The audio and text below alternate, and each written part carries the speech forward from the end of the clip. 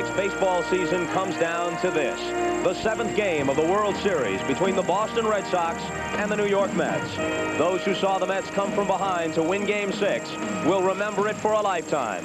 Is it possible or even thinkable that the series final contest could produce similar drama? Well, baseball history is filled with 7th game memories. Enos Slaughter's gamble, Sandy Amoroso's catch, Bill Mazeroski's homer, McCovey's liner clutched by Richardson. And here we are again. Game 7 next. NBC Sports presents the World Series, an inside look. Brought to you by Aetna, the insurance people. Work with the best in the business. By Contel, big company communications for companies of all sizes. And by Apple Computer, makers of Macintosh personal computers, giving you the power to be your best. No rain falling at Shea Stadium right now. Game time temperature will be about 53 degrees. A damp and chilly night, but we expect to be able to play Game 7. Hello again, everybody. I'm Bob Costas. There's also some fog rolling in from out there, but I don't think it will affect things tonight. There is very little, if any, wind. The infield was covered, so it's in good shape. The outfield is damp, but firm. Game 6, as you know, exhausted all superlatives. All that's left to talk about concerning Game 7 is the strategy, particularly the pitching matchup. Davey Johnson will go with Ron Darling, of course. He has an extra day's rest, now working with 4 days between starts. But the rainout last night allows John McNamara to switch from Oil Can Boyd to the man who has been his postseason ace, left-hander Bruce Hurst, on 3 days' rest. Earlier, I talked with McNamara. Mac, you're thinking on going to Bruce Hurst tonight. Well, Bruce has been our most effective pitcher down through September, through the playoff series, and also the 2 games in the World Series. Left-handed wise, our scouting reports tell us that the Mets are a better left-handed hitting ball club than they are a right-hand hitting ball club. Dykstra's out of the lineup, starting lineup tonight, so is Backman, the second baseman. They're the catalyst on their offense. You've been asked this before. Here it is again. You're thinking on not hitting for Buckner with Baylor late in the game on Saturday, and then not replacing him with Stapleton in the field. Well, we had a 1-run lead, 3-2 lead with the bases loaded. Billy Buckner drove in 102 runs for us during the course of the season against both left-hand and right-hand pitching. I did not think it was right to use both my pinch hitters, Greenwell and Baylor, in the 7th inning. If it came to a tie, nobody's available down the line.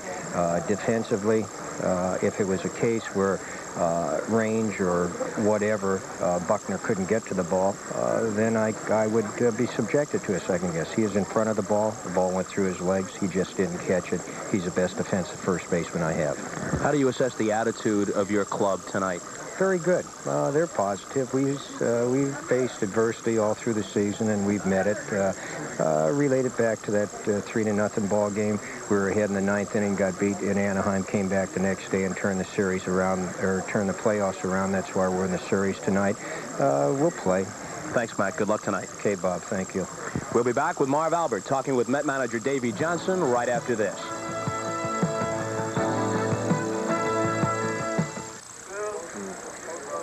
Welcome back to Shea Stadium on an overcast night. Field conditions less than ideal. We're joined by Mets manager Davey Johnson. How are the Mets as mutters?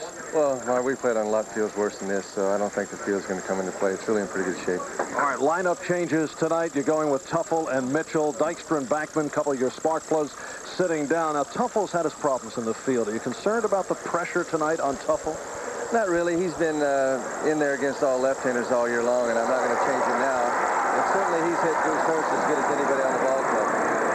All right, Darryl Strawberry was very upset about being taken out in game number 6 with your double shift and had some strong words to say about it. What's your reaction? Well, I want all my players really to not want to come out of a ball game, but in that particular case, you know, he's not thinking of as a manager. He's thinking as a right fielder and with some, you know, self-centered ideas about it. But if he gets a few more years in the big leagues, then he might become a little managerial material. Oh, I see. All right, 10 seconds or less. With the rain out yesterday, I would take it you would have preferred playing right away, coming off the emotional victory while the Red Sox were down following the miracle of Game 6. No doubt about it. Plus, we'd rather have gone against Old Can Boyd, a right-hander, and I could have gone with my stronger lineup, but we'll take it.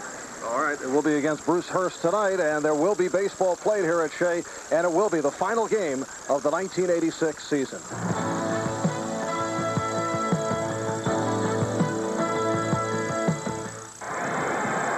In just a few moments, the baseball will be in the hand of Ron Darling.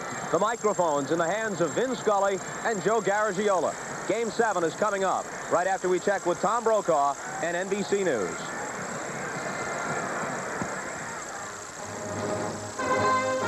This is NBC News Digest. Here is Tom Brokaw, NBC News.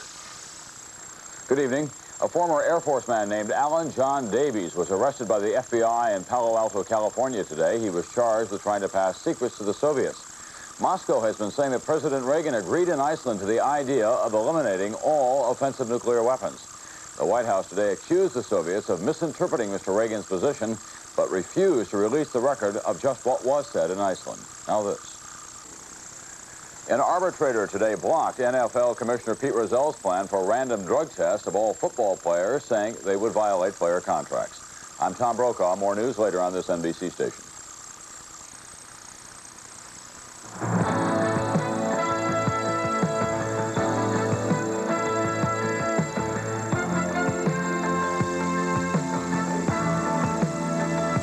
Game 7 of the 1986 World Series is brought to you by Miller Lite. For great taste, there's only one light beer. By Aetna, the insurance people. Work with the best in the business. By the new Kodacolor VRG film with color as realistic as the color of life. And by Toyota, who offers you a full line of 1987 cars and trucks. Hi, everybody. I'm Vin Scully, and welcome to Game 7. It was the best of times. It was the worst of times. That was the beginning of the tale of two cities, and in a few hours, that will be the story of the 1986 World Series. Saturday night, the Boston Red Sox tangled with ghosts of Christmas past, and the New York Mets swear that they saw the craggy visage of Casey Stengel rubbing his leathery face, winking his eye, and saying, amazing. Boston had to think the rains of yesterday were providential, and tonight it will be Bruce Hurst going against Ron Darling. The Mets push 115 blue chips to the middle of the table, their winnings for the year, and the Sox counter with 102. As we said, it'll be the best of times for one city and the worst of times for the loser. Let's meet the fellas who make the ball clubs click. Don Baylor and Keith Hernandez. We'll go to Joe Garagiola. Okay, Vin. It's all been said. It's all been written. Now what, Don? I couldn't agree with you more. It's come down to playing in between the white lines, see who the best team in baseball is, and that's the way it should be. The 7th game of the World Series should decide that, and that's what it's going to decide tonight. And it's just too bad it's going to be a loser, the Mets or the Red Sox, but I hope I'm on the winning side. It's all been written. It's all been said. Now what? Well, someone's going to win tonight. This is Game 7. I've been in this spot before. Someone's going to come out on top. It's a shame that one team has to lose. It's been a series where we've come from behind. The game the other night was very uplifting for us, obviously. We got our two best pitchers. The two best pitchers of the series are going. It's going to be a great 7th game. Hopefully we'll come out on top. Good luck to you, Keith. Thanks, Joe. Now what? The only answer is the game. We'll have that right after these messages.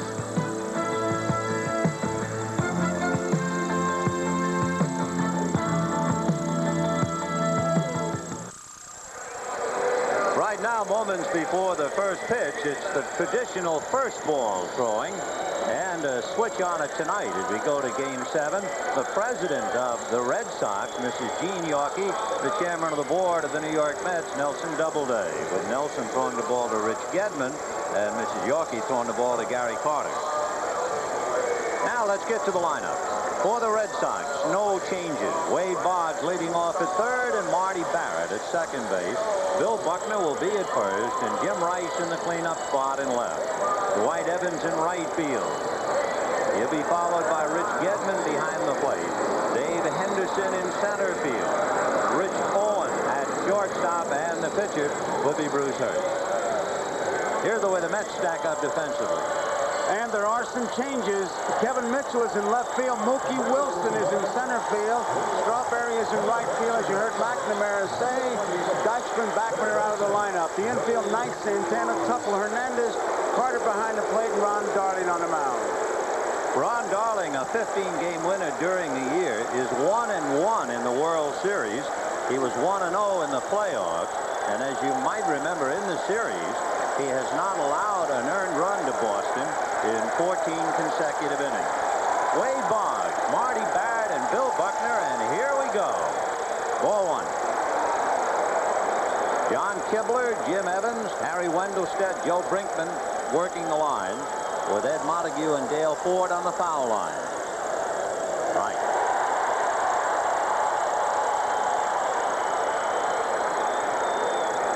One and one.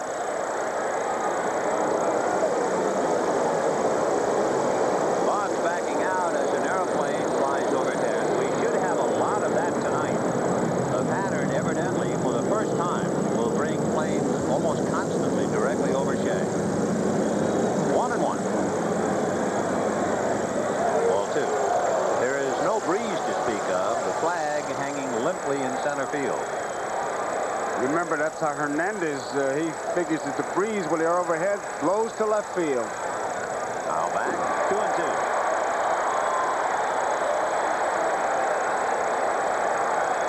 So on a somewhat breathless night in New York, it's the final game of the year.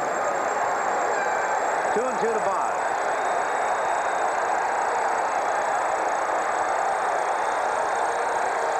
Ball three. Darling doesn't have any trick pitches. It's a fastball, a curve. He does have that split finger fastball, but he does not throw it hard. He kind of uses it as an off-speed pitch. So 3-2, the count to Wade Boggs. Line drive at Santana.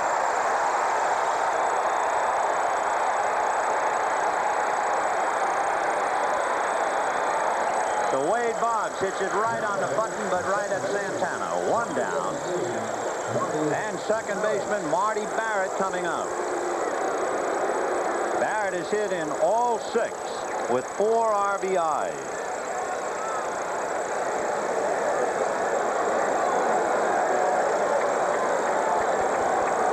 On deck, Bill Buckner. Ball one. Walt Reniak coaching at first. Rene Latchman around at third for Boston.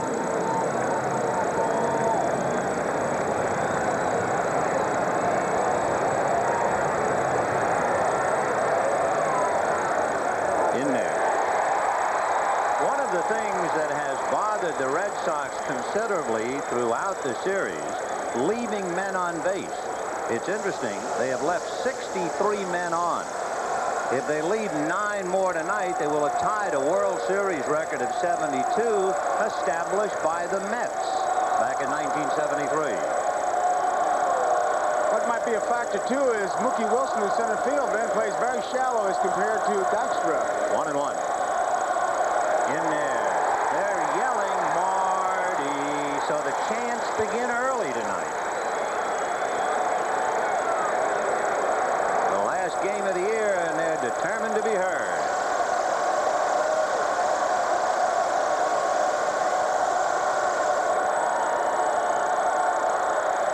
And that's hit in the air to shallow right field, but Strawberry is there.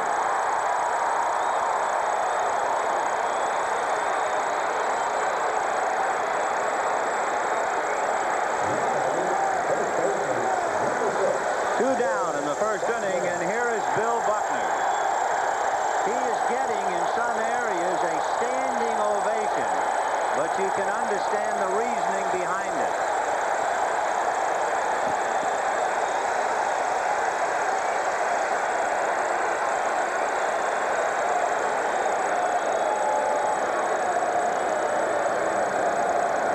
Two down, bases empty, first inning, no score.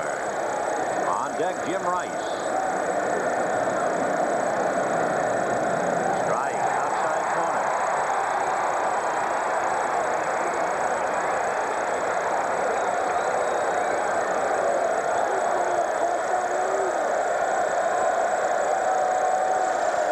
Now the chant is Billy, Billy.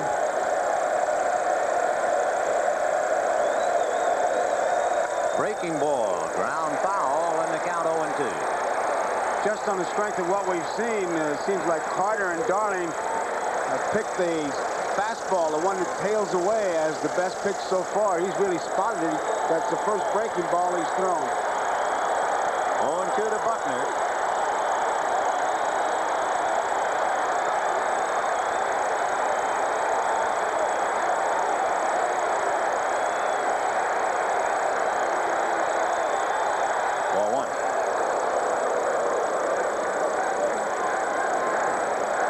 Joined us late. Wade Boggs lined out to short. Marty Barrett flied to right as Bruce Hurst and Don Baylor look on. Fastball sliced down the left field line, and that one is going to land foul. Buckner halfway to second base. Will have a long walk back. The infield was covered, but watching Buckner around first base, he kind of slipped. You can see he's got those high toppers on, but the infield was covered, and it appears to be in pretty good shape. But as he rounds it, he does a little bit of a slip here, right there.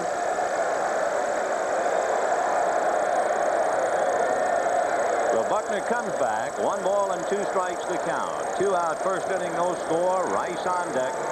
The final baseball game of the year.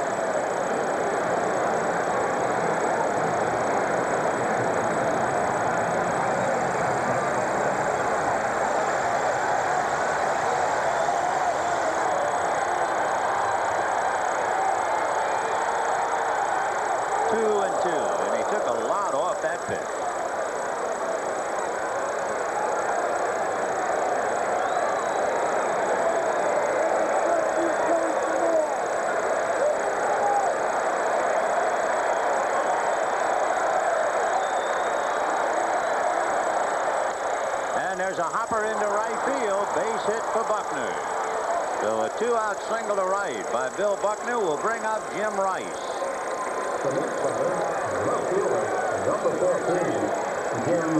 Seemed to reach for it and just plugs the gap between first and second. Interesting, too, looking at that, Buckner, as he was swinging, Hernandez started to go the other way. I think Keith was expecting the ball to be pulled between him and the bag as opposed to in the hole. And here is Rice.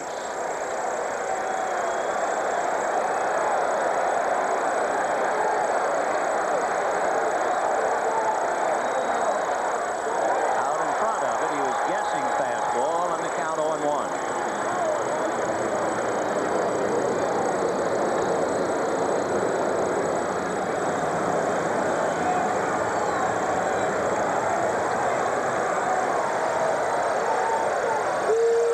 In the dirt, knocked down by Carter, and of course Buckner's not about to gamble on the base pass. And Carter did a good job of shifting. He's ready to move. Just the tip of the glove got it, and as long as you keep that ball in front of you, no one is going to move, especially Buckner. So Buckner at first held on by Hernandez. 2 out in the first inning, no score. 1-1. The count to Jim Rice with Dwight Evans on deck. Fouled away off first base out of play. Came inside, hit him on the thumbs.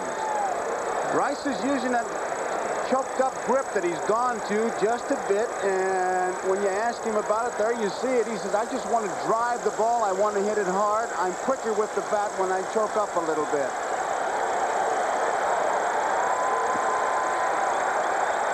1-2. Fouled off.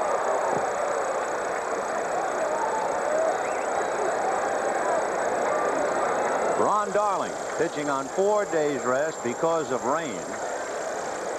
And Bruce Hurst because of the rain starting over Dennis Oil Can Boyd. Got that left hand wrapped, keeping it warm.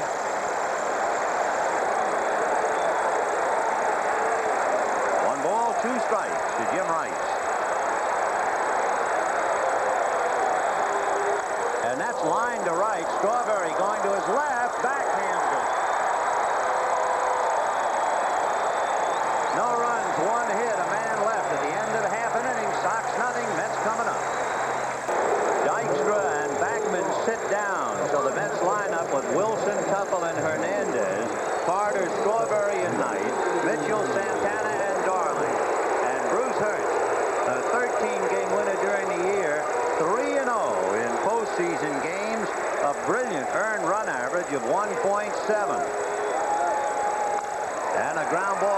side to Marty Barrett.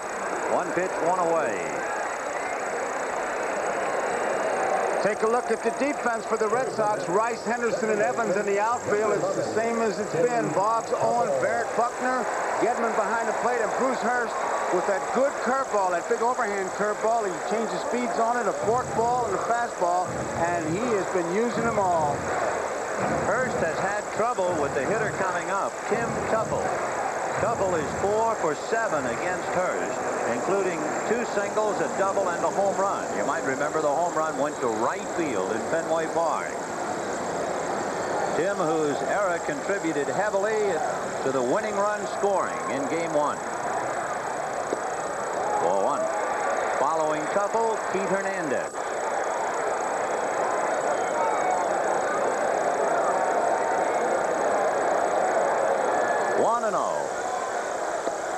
Strike.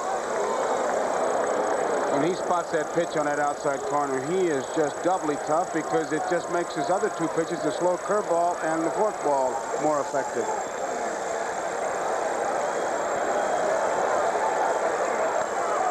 Fouled at the plate, and the count 1-2.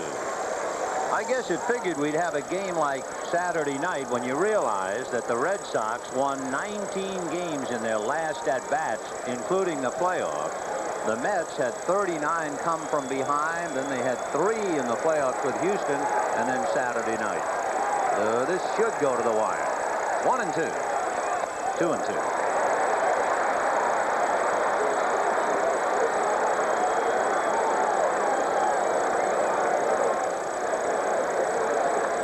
And you could just as well change the name at the bottom of that sheet to Sox in Boston. Popped in the air on the right side, and it's Marty Barrett. As a ball club, if you're the Red Sox, you're looking for a strong inning from your pitcher, much like Darling gave the Mets, and so far that's what Hurst has done. And with 2 out, here is Keith Hernandez. Another interesting aspect to the game tonight, it is conceivable that the long men, the so-called long man in the bullpen tonight, would be Dwight Gooden for the Mets and Dennis Oil Can Boyd for the Red Sox. And Roger Clemens said before the game, just talking to him, he showed me where he had the blister. He said, I can go if they need me.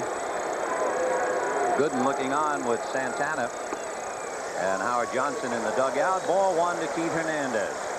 Hernandez, a member of the '82 Cardinal Club that was down 3 games to 2 and won it. And he's trying to repeat it. You can see him shaking his head as another plane flies overhead. They really sound like they're low. I can see where your concentration would be broken.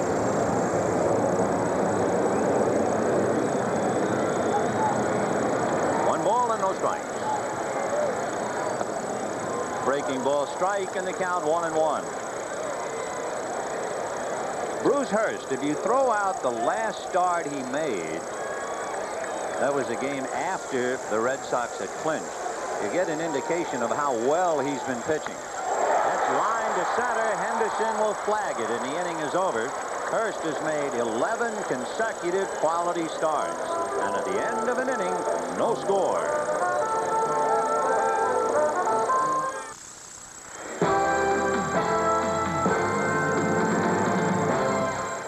The almost hypnotic stare of Jim Rice. If he looks back, he thinks about the '75 World Series where he had a broken hand and failed to play. And of course, he's been looking ahead, trying to figure it out ever since Saturday morning. Talking to Tony Armas. Just watching him, looked like he was talking about going the other way, an inside-out swing, and Armas seemed to be talking about the defense the Mets were using against Rice. Remember, in the first inning, the Sox hit the ball pretty hard. Boggs went the other way and lined to Santana. Rice went the other way and lined to Strawberry. Buckner pulled for a base hit to right. Barrett flied to right. Here's Dwight Evans, Rich Gedman, and then Dave Henderson. Second inning, no score. Breaking ball up, ball 1.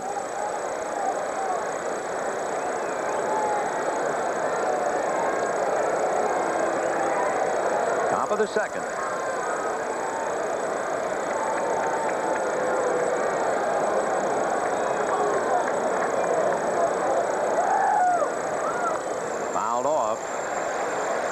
1 ball, 1 strike.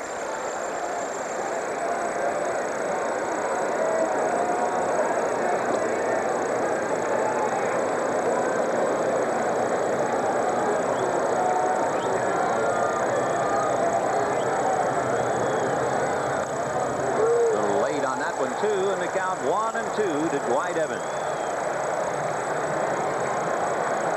Evans was saying that Saturday night's game ranked right up there with Game 6 of the World Series. Well, that really puts it in the spot. In 1975. In fact, Dwight was on deck when Carlton Fisk hit the home run, as he remembers. 1-2. Sinker missed. It's pretty apparent very early that Darling's going to go with that sinker, that good hard fastball that he's throwing, because a couple times that Gary's put down the breaking ball, he just shakes it off. 2 balls and 2 strikes to Dwight Evans. Fouled at the plate.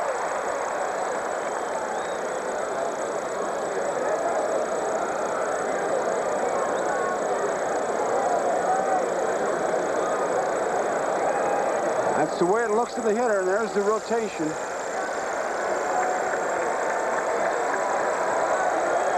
Dwight just did get a piece of it, and the count stays 2-2.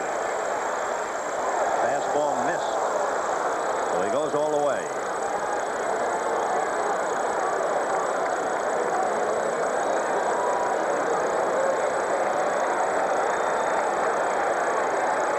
High foul off first, slicing down the line. Hernandez on the tarp roller to get a look, and it's way back. It's a great delight in this game, Vin. It's the 7th game of the World Series, so much riding on it. Yet, as you look with our center field shot, you'll still see that the same signs used on the playground. 1 was the fastball, 2 is the curve, and 3 is the split finger. 3-2 to Dwight.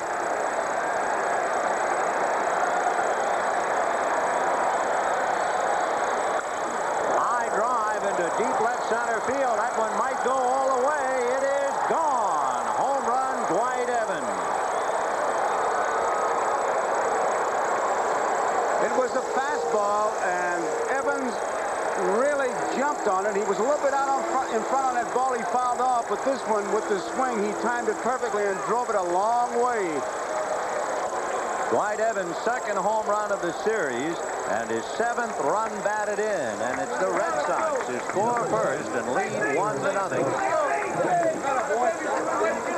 The batter will be the left-hand hitting catcher Rich Gedman after we take one more look. And of course, Evans, a great low ball hitter, and he got that ball down around the knees. Ball 1 to Gedman.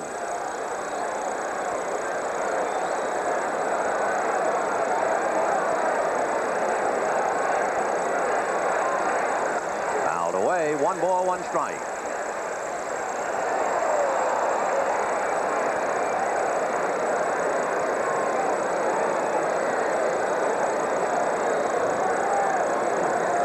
So Dwight Evans with a big home run to the back row of the bleachers in left center.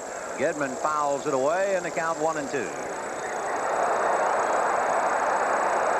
They've been making Gedman chase the bad ball, changing speeds on him. It'll be interesting to see what Carter and Darling do with this pitch. It's 1 ball and 2 strikes. He's got that split finger. Maybe try to bounce one up and see what happens.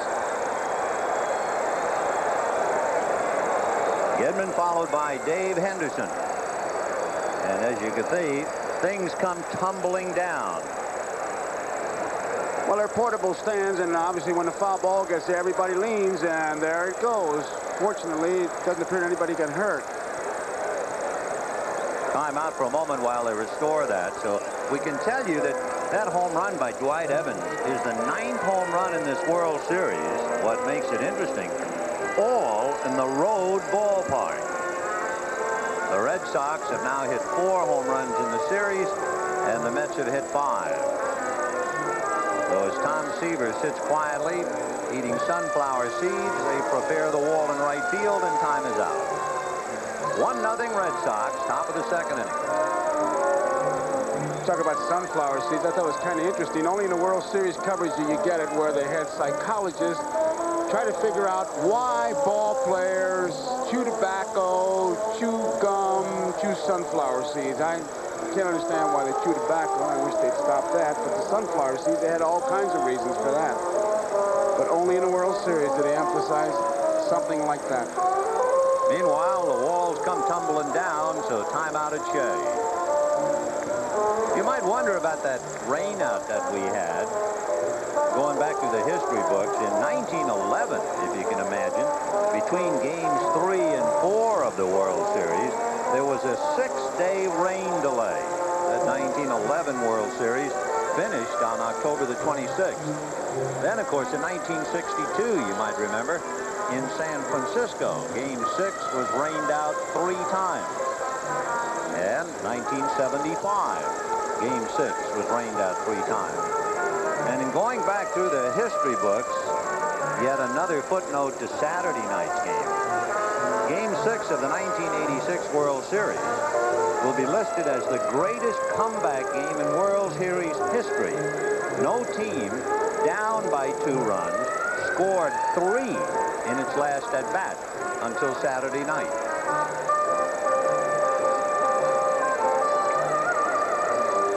Dwight Evans, you remember, against Jack Morris, opening day in Detroit. This is the way his season began. What a way to start. He hit the first pitch of the season out for a home run. And now Dwight, opening up the 2nd inning for the Red Sox, hits another home run. And Boston leads 1-0. And he's accustomed to hitting them in another park. Okay, the wall has been secured, and here is Gedman with a count of 1 ball and 2 strikes. And that's a drive into right center field. Strawberry going back to the wall, at the wall, leaps in the air, one-hands it. No, he missed it. The right hand of Dale Ford started up and then circled to indicate home run. And Strawberry coming with an inch, it's gone, and the Sox lead 2-0. We've seen a number of these plays. He gets the glove on it. His glove is over the fence. It looks like he's going to rob Gedman as he finds the fence of the home run. He gets above it. It hits the glove, and then his arm appears to hit the fence. Over it goes. He was looking for it and realizes he doesn't have it. We saw Henderson do that in the playoffs. We saw Dwight Evans do it, and now here's Strawberry. So it is 2-0 Boston on back-to-back home runs by Dwight Evans and Rich Gedman. The batter is Dave Henderson, who takes ball 1. For Ron Darling, his string of consecutive scoreless innings ends shockingly after 15. Strawberry really thought he had that, but so did I. He grabbed nothing. Foul back. 2-1 to count. This was the non-catch of Dwight Evans in Boston. Got his glove on it, arm hits the wall, and out it goes. So we've seen that 3 times. Henderson, Evans, and now Strawberry.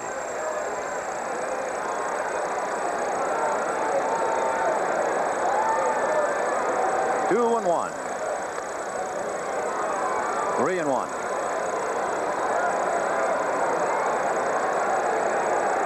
So the Red Sox hit the ball hard in the 1st inning, and they hit 2 out in the 2nd inning. And there's ball 4 to Henderson. Darling has now walked 10 men in the series, and Mel Stottlemyre going out to talk to him to see if he can find the solution. Spike Owen will be the batter. Nobody out.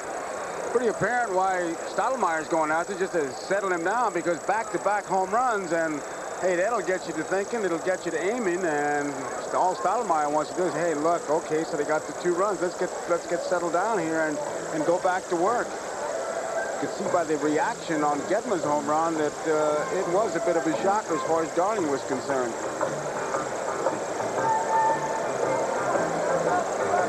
Strawberry looked like he was going to make the play. He gets there. He knows exactly where the fence is. He gets above it, off his glove, and then he looks in his glove. He thought he had it. Oh, he says, but it's a home run.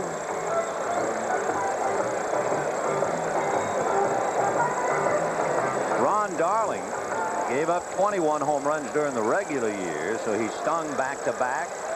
And now with Henderson on and nobody out, Spike Owen is the batter. Knight cheating in at third base. And with Owen, they can certainly put a play on because he can handle that bat. And for the historian, the last time, 1981, Guerrero and Yeager of Ron Guidry, Dodgers versus Yankees. Right.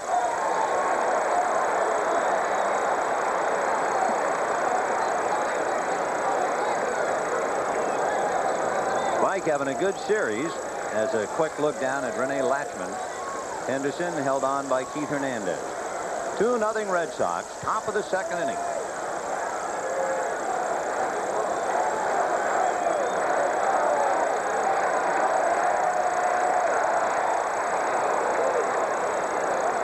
Darling has a good, quick move. When he throws to first base with his good move, it is quick. He can pick you off.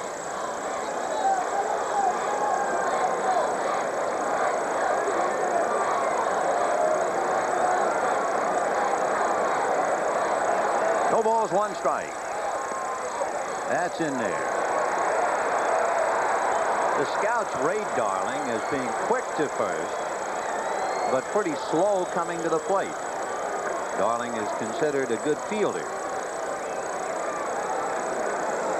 0-2 the count.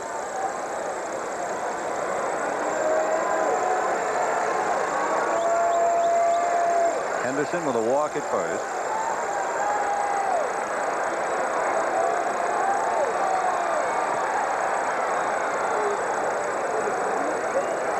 If anyone wondered with the fog here tonight and no wind whether the ball will carry, that question has been answered by Evans and Gedman.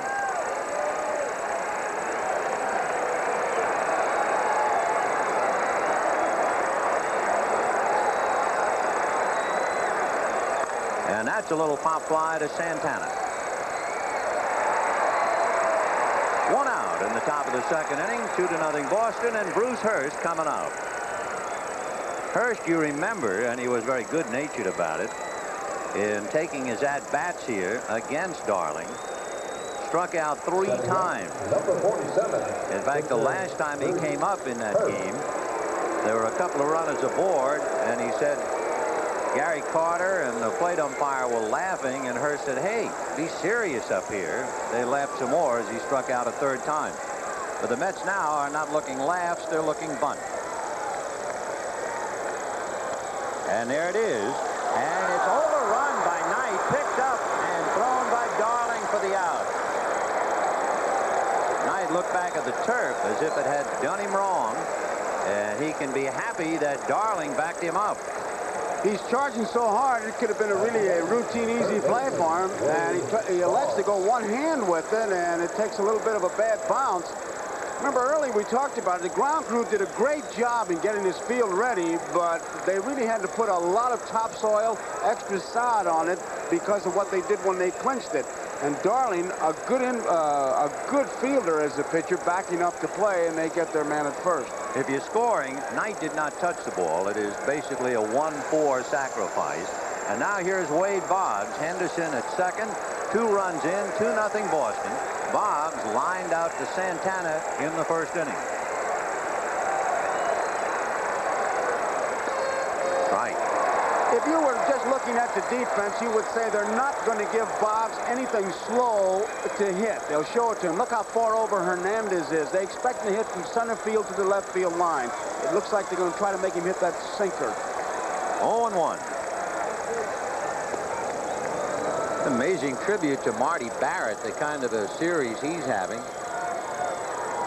Pitching carefully to Boggs with 2 out, and Marty Barrett on deck.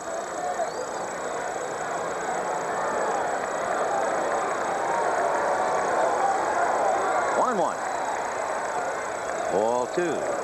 Henderson, the way the infield is, the only man who might bird dog him at all is Tim Tuffle, and he's far away. So you can look at the infield dirt, and you can see where Henderson is winding up. He is taking a lead of almost 45 feet before he stops. 2-2. Mark on the runway, you could just about measure it. So 2 balls, 2 strikes, 2 out to Boggs, 2 in. This is his favorite count, and Darling's been throwing that sink to the outside part of the plate. And as a hopper by the diving Santana, Mookie's going to come up throwing, but Henderson, because of that big lead, will score easily. And it is 3-0 Boston. With 2 men out, he's able to get that big lead, and the scouting report, and talking to Frank Malzone and Sam Mealy, they're going to run on the Met outfielders. Santana tries to knock it down to keep it in the infield, but there was no way that Henderson was going to slow up. As soon as that ball gets to the outfield, the scouts told him, take off. It's still kind of amazing when you realize it. With a runner in scoring position at 2 out, they pitch to the major league's leading hitter. And he drives in the run. He may have widened that zone a little bit as we watch Henderson score to knock in that run. And here is Marty Barrett. Right. Barrett flied to right in the first inning. 3-0 Boston on 2 home runs, a walk, sacrifice, and since they pitched to Boggs, he singles it in.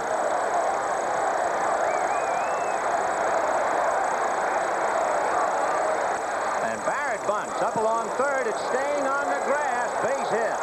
Once it grabbed that grass, it was going to stay there. It looked like for a minute it was going to get to the dirt part.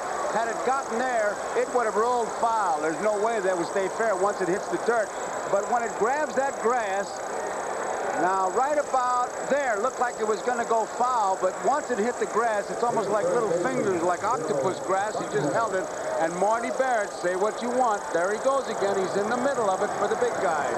And left-hander Sid Fernandez loosening up. 2 on, 2 out. And Bill Buckner becomes the 8th man to come to the plate in the second inning. Buckner singled to right in the first inning.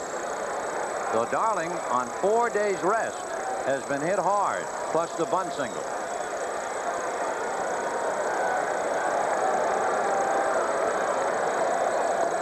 Remember, 2 of the outs in the first inning. Boggs lined hard at Santana, and Rice lined deep to Strawberry.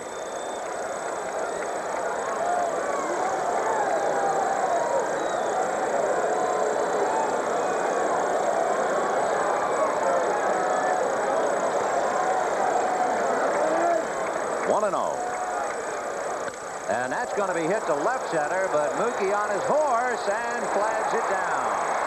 However, the Red Sox get 3 and lead 2. And at the end of an inning and a half, the Red Sox 3 and the Mets nothing.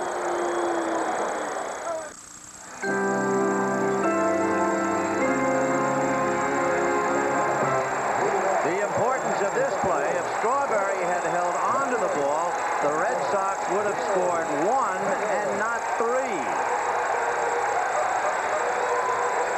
This ball is out of the strike zone. As Boggs hits, he really widens the zone. And watch, Mookie is in shallow, but it's what Malzone and Mealy were talking about. Run on Mookie, but you can see Henderson was only about 2 steps past third base. So the scouting report really helped score that run. 3-0 Boston. Gary Carter to start it off, and he bunts. Down to get it is Hurst. Full turn, and the throw got him. And that's the best fastball Hurst has thrown in 3 games. He really reared back and pumped that one because the bunt was a good one. And with Boggs back, Mets are trailing by 3. You expect Carter to really take a big cut. He catches everybody except Hurst by surprise, and does this big guy crank a fastball. Look at that. So Carter nipped it first on the bunt, 1 away, and Darryl Strawberry the batter. Ball 1. And then with that pitch, Hurst has only made 11 pitches, and he's got 4 outs. 1 ball and no strikes. High fly ball into shallow left. Jim Rice has plenty of time to get there.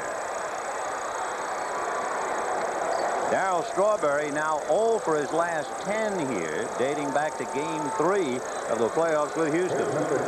2 down, and Ray Knight the batter. Boston 3, Mets nothing in the second. 2 down, bases empty. On deck, Kevin Mitchell.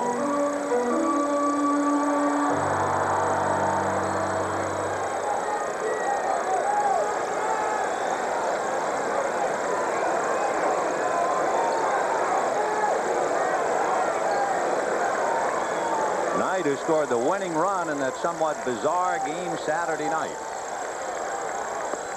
Strike. Bruce Hurst came into this game with a World Series ERA of 1.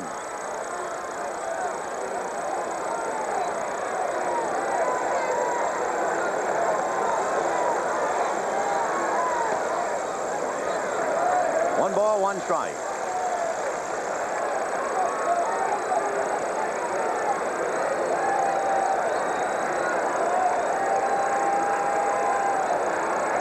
One to Ray. Ball 2.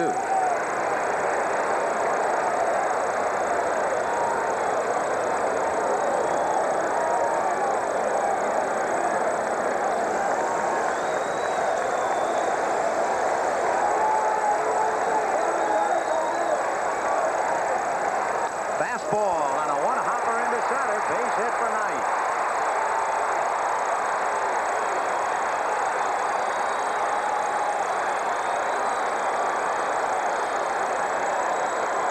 Bangs one up the middle with 2 down, and Kevin Mitchell coming up.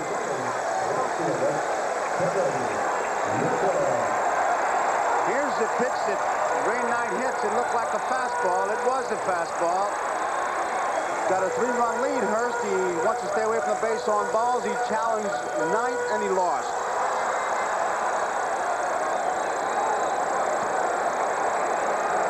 Kevin Mitchell with Rafael Santana on deck.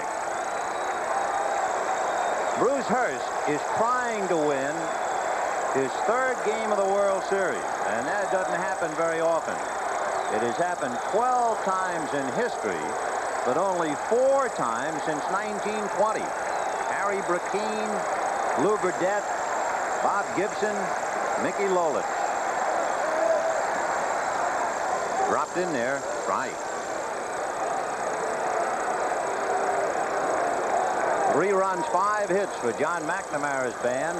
No runs, 1 hit for the Mets. Check swing and a roller wide to first to Buckner. He will do it himself. So the Mets, no runs, a hit. They leave 1. It's 3-0 Boston at the end of 2. We'll be back after these messages from your local station. Tonight's game is brought to you by Panasonic, just slightly ahead of our time. And by New York Life, to help you get the most out of your life.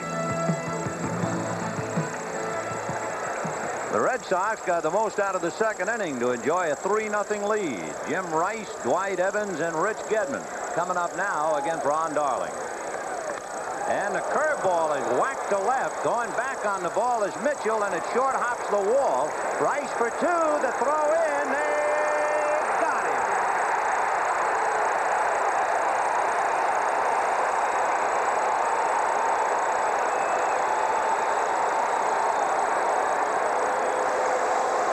Mitchell knows the ball's over his head. He plays the carom just perfectly, and keeping with the motif of running on the outfielders, Mitchell uncorks a strong throw, and Tupple makes the tag on Rice. Look at Wendelstedt on both knees making that call. You talk about being in position.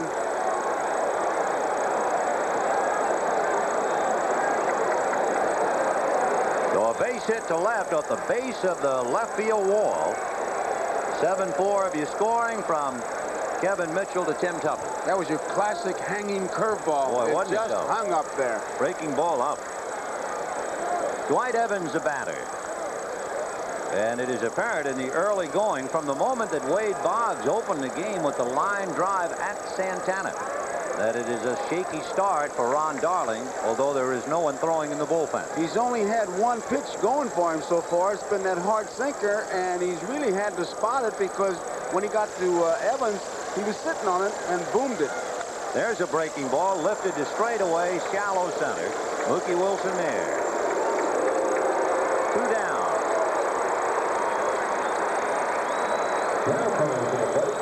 bring up Rich Gedman, who hit the home run in and out of Darryl Strawberry's glove in the second inning and turned it from a 1-run inning to a 3-run inning. And you might remember throughout the series we told you how Darling and Gedman battled each other in high school.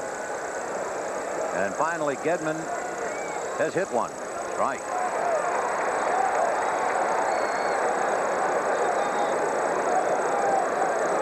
On deck, Dave Henderson. Never seen so many players with that stubble like we got now. Hernandez didn't shave. Gedman hasn't shaved. It's the Sampson theory, I guess. Ground ball back of first. Keith will bring it to the bag. So thanks to the strong and accurate throw of Kevin Mitchell, the Sox are gone in order. And at the end of 2 1/2, 3-0 Boston. We're going to the bottom of the 3rd inning at Shea Stadium in New York. The Red Sox 3, the Mets 0. Rafael Santana will start it off. Then Ron Darling and Mookie Wilson. And of course, all that went down like broken glass in the second inning.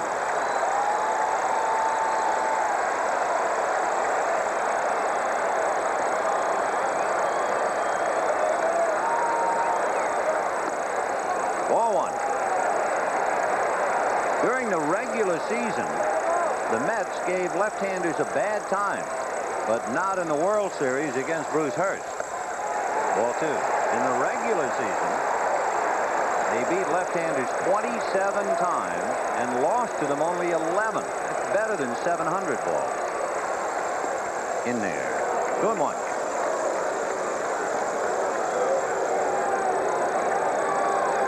So Hurst trying for his place in the history books, and the Mets trying to come back. Fouled off. 2-2.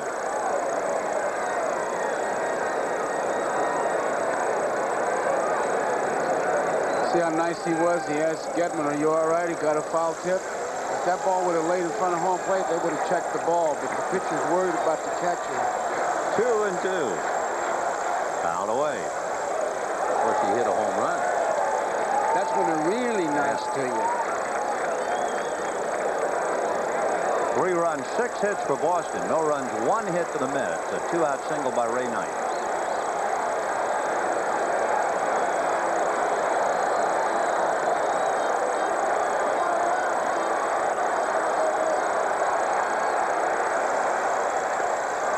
After that pitch, and down he goes. So Santana becomes strikeout number 1 for Bruce Hurst. Looked like a breaking ball. It was not that big overhand curveball that he throws. It could have been that forkball. It broke down off speed. He throws that slow, big breaking curveball. He really gets those hitters out in front. There is Ron Darling. And he drives one to right and deep. Evans was shallow. He's on the track to make the catch. And Darling, who is considered a pretty good hitting pitcher, takes Hurst a long way. 2 down. Now Mookie Wilson will use up a little time to let Darling get back to the dugout. Mookie grounded out. First ball swinging. He rolled it to Marty Barrett, leading off the 1st inning.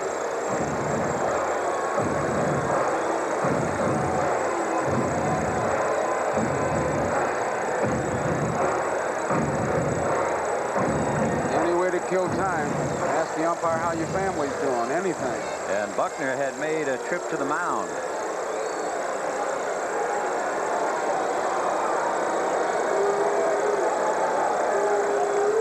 Tim Tuffle on deck.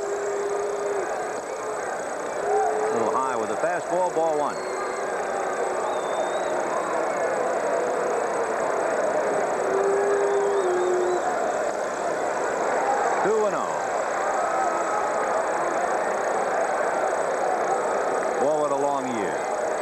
Won 115 games along the way. The Sox 102, and it has come down to tonight.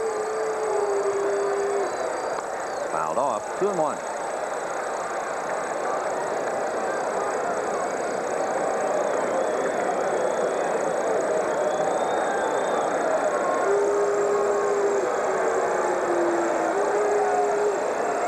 Fastball hit to right. Evans going back. Full turn. makes the play. So Mookie takes him deep, but they're gone in order are the Mets, and at the end of 3, Red Sox 3, Mets nothing. You don't really have to be a crowd psychologist to realize the spirit of the crowd that was at fever pitch when they were chanting when Marty Barrett was hitting that sing-song is gone. Now they're sitting quietly as the Sox took that 3-0 lead in the second inning. If you are a statistician, it might be interesting to note the crowd perhaps has the same feeling as you have. During the regular year, the Mets won 80% of the games that they scored first in, and they're 3-0 in games in which they scored first in postseason. But it's the Sox on top 3-0, and here's Dave Henderson. He walked and came around to score in the second inning. Then Owen and Hurst. And hit him. So Henderson trots to first with nobody out. Owen coming up. And by comparison, as far as the number of pitches, as we watch Henderson get drilled, Darling has made 57 pitches. He had 55 after 3 innings. Hurst in 3 innings, 29 pitches.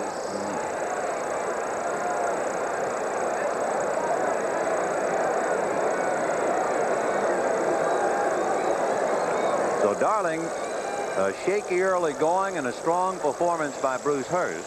And you have Owen, Hurst, and Boggs coming up. Sid Fernandez is up for the second time in the Mets bullpen, although Darling did have his at-bat in the third inning. So it is Fernandez they look to in the early going and not Dwight Gooden. Spike Owen popped to short in the second inning. Little pop fly to Rafael Santana. Knight is really looking for bunt in tight at third. And instead he hits it right at Strawberry. 1 away. Henderson holding, and Bruce Hurst, who sacrificed in the second inning, no doubt has to do it again here in the fourth. And the third baseman Knight and first baseman Hernandez setting up the defense. As we saw the last time, Knight really charged hard. The ball got by him, and Hernandez, who, as always, he sets up whether he's going to come charging in or come in a couple steps and go back on a particular pitch. He'll be 2-3 pitches into the hitter Hurst, but Knight is already in about 5 steps. It's going to be a tough job for Hurst to get him over. And if Hurst does get him over, once again, Davy Johnson will have to wonder about even pitching at all to Boggs. Never mind, don't give him anything good to hit. He hit a ball off his ankles for a base hit and an RBI. There's the bunt, and Knight has to go to first. Now let's see what they do with Boggs. And it can't be that situation that so many times you hear when you go out on a conference on the mound is don't give him any ball to hit. Davy Johnson on his way, and he's making a hook right now. So Sid Fernandez is going to be called in from the Mets bullpen, and Ron Darling has had it. So they pitched to Boggs in the second inning, and he burned them. He will not be burned again, and Darling is gone. 3-0 Boston. Ron Darling went 3 2/3 innings, gave up 6 hits, a walk, and a hit batter. And of course, the runner at second base, Dave Henderson, is also his responsibility. Sid Fernandez will be coming in, making his 3rd appearance of the World Series. He's worked 4 1/3 innings, an earned run average of 2. It is a calculated gamble, sending Fernandez head-to-head with the leadoff man Wade Boggs. Sid has an above-average fastball. He is considered, however, a poor fielder. Wade Boggs against Darling lined out to short, and then when they pitched to him, even though Darling threw a ball that was somewhere between the ankles and the knees, Boggs went right down after it and singled to center for an RBI. And it's no great secret that Boggs really waits a long time before he turns that bat loose. And if you think he does that against right-handed pitching, it's a little bit more, it seems like, against left-hand pitching. He usually takes him to the opposite field, and they'll set the defense up accordingly. So Sid Fernandez, who pitched very, very well, impressively, in fact, in relief of Dwight Gooden. That was in the Hurst game at Fenway Park. Now going head-to-head with Wade Boggs. 4-1. Again, we are watching Henderson. He had such a big lead in the second inning. He was almost halfway to third as the pitcher was delivering the ball. And yet he knows he can get back to the bag. You see him run right out of your picture. And once again, Mookie in center field is far more shallow than Dykstra would be as we look at Henderson. Look how shallow he is in left center field. And they'll take off on the base hit. 2-0. Fouled off. 2-1. Boston 3, Mets nothing. 2 out, top of the 4th inning.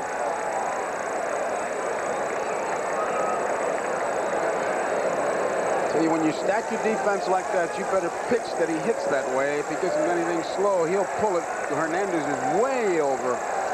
Remember, the base hit was to the left of Santana. In there.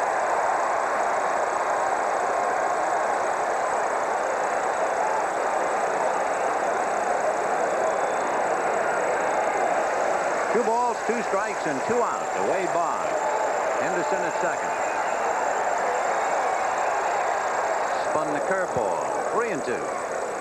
He made sure that thing wasn't close, though.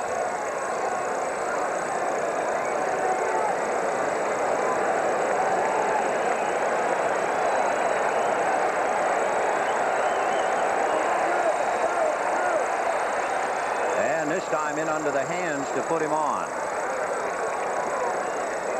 So Boggs walks, and that'll bring up Marty Barrett. And for Davy Johnson, he opted to pitch to Boggs. It cost him a run in the second. Then he made the move to take Darling out and bring in Fernandez, and he still lost Boggs on the walk. Barrett flied to right and had the bunt single in the second inning. Marty is 1 for 2. Ray Knight very deep at third. He is not looking for Barrett to do it again. Not with 2 on and 2 out.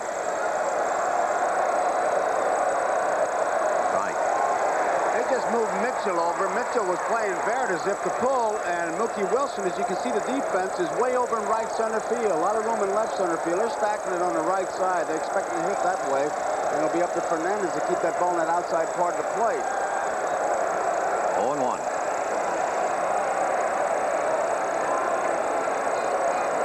Henderson can't take the lead with Barrett up there that he was able to take with Boggs, because now Santana is almost behind him. 0-1. 1 ball, 1 strike. We really haven't seen a lot of bird dogging by the infielders, though. A lot of ball clubs, many times, you just bird dog the guy back, not so much to pick him off, but to cut his lead down, to maybe you got to play at the plate on the base hit.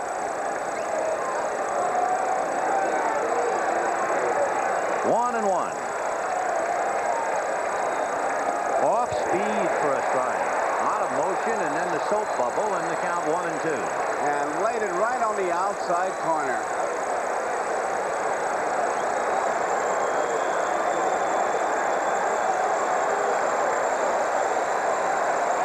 At first base, Wade Boggs. Dave Henderson at second. 2 out.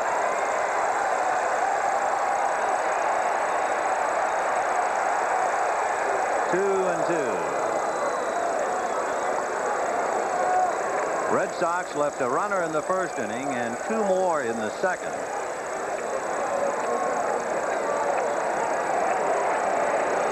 Fernandez trying to get him off the hook here in the 4th.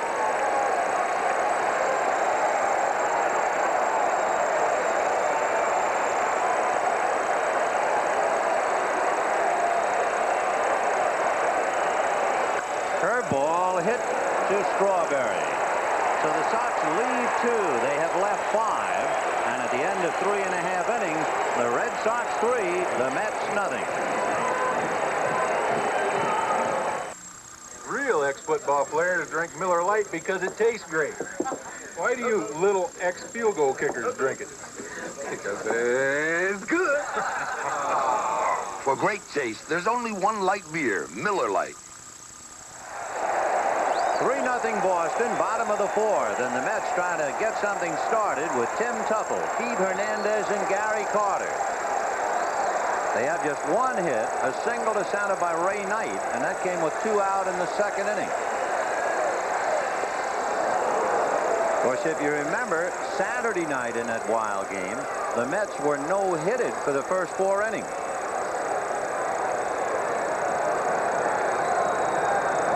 Double popped up to the right side to Marty Barrett in his first at-bat.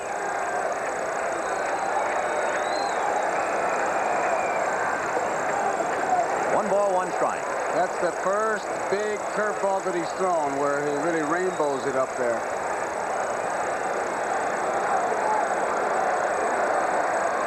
And followed by the fastball for a strike. 1-2.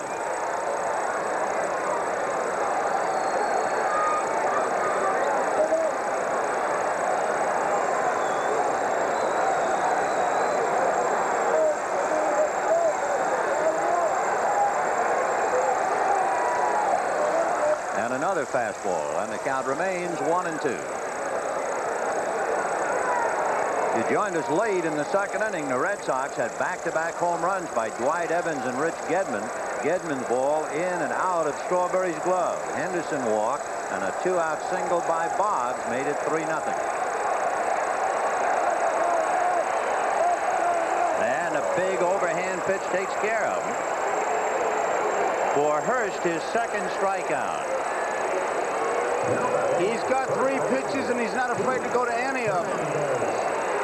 He just changed speeds on the breaking ball. He's way out in front. So 1 down in the 4th. Pete Hernandez, the batter, hit the ball hard, but at Dave Henderson in the first inning.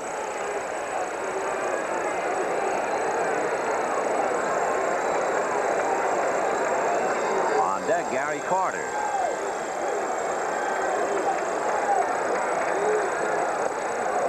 One ball and no strikes.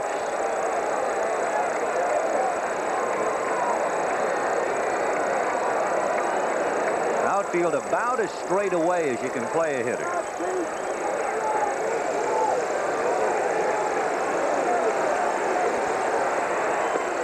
In there at the knees. 1-1. Seems like Hernandez has made up his mind to hit up the middle. In Saturday's game, fly ball to center field, single to center, fly ball to center field. His first time up, a line drive. He tomahawked it to center field. Appears that when you do that, you're just hanging in there a little bit longer.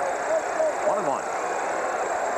And the curveball is hit to right center. Evans is digging to make the catch. The Dwight Evans has made 3 of the last 4 putouts. That was a slow curveball, and you can see Hernandez really wait for the break and then jump all over it and hit it hard, but Evans was there to make the play. Here's Gary Carter, who led off the second inning and tried to bunt his way aboard. Watch the curveball, and he just hits it very hard, but Evans has been very busy. Really almost made it a routine play. Ball 1 to Gary Carter.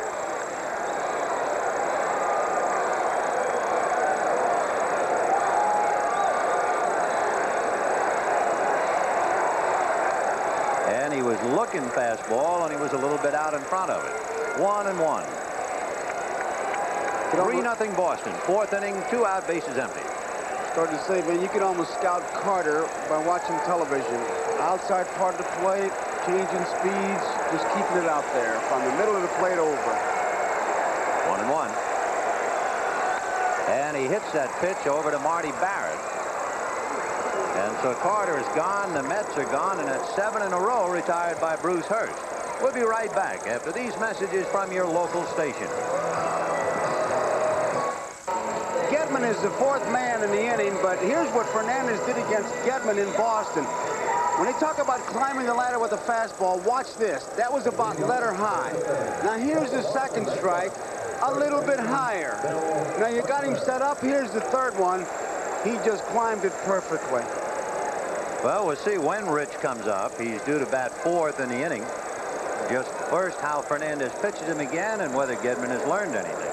Bill Buckner, single to right and lined out to center. 1 for 2. Right. 3-0 Boston, top of the 5th inning. Buckner, Rice, and Evans.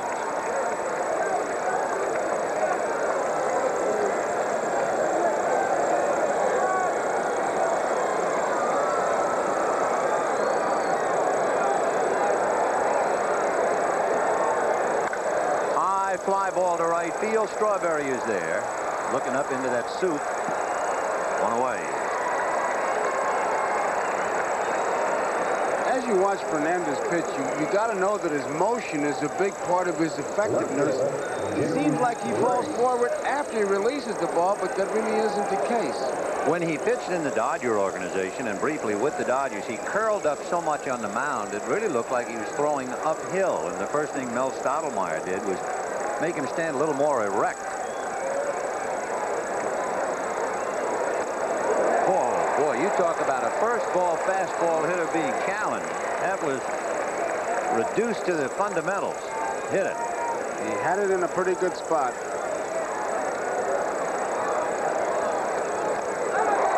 He struck Rice out in one inning of work of this year's All-Star game, and he has him 0-2. I wonder if he'll do what he did with Gedman. That was about letter high if he's going to climb that ladder with him. 0-2 to Jim. Got him. He just blew him away.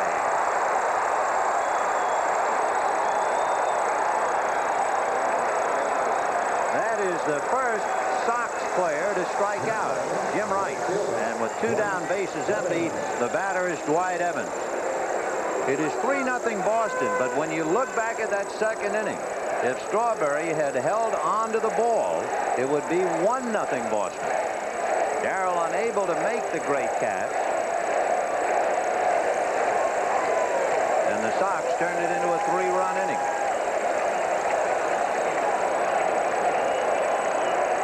Off speed for a strike. Evans, home run in the second inning, fly to center in the third.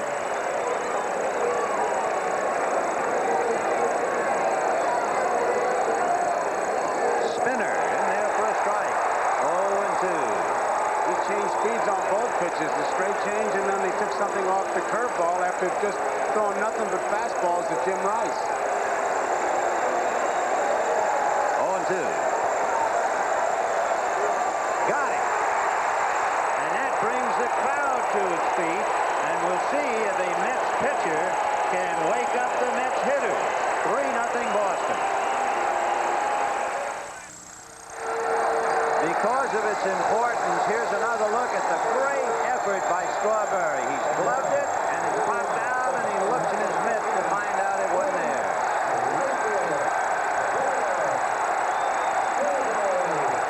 It would have taken a great play, and he came as close as you can come to making it.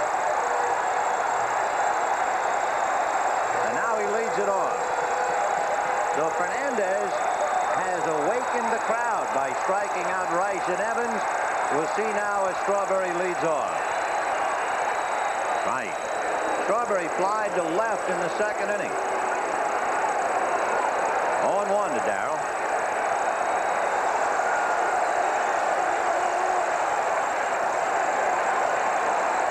And you can see that Hurst is giving it just a little bit extra. He wants to strike out here because he knows that that'll just stop a lot of things with a strikeout. Ball 2. The most successful Mets hitter against left-handers is on deck, Ray Knight.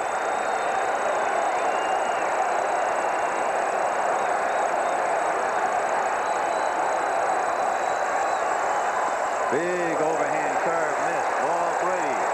If you remember Saturday night, Strawberry had 2 big walks.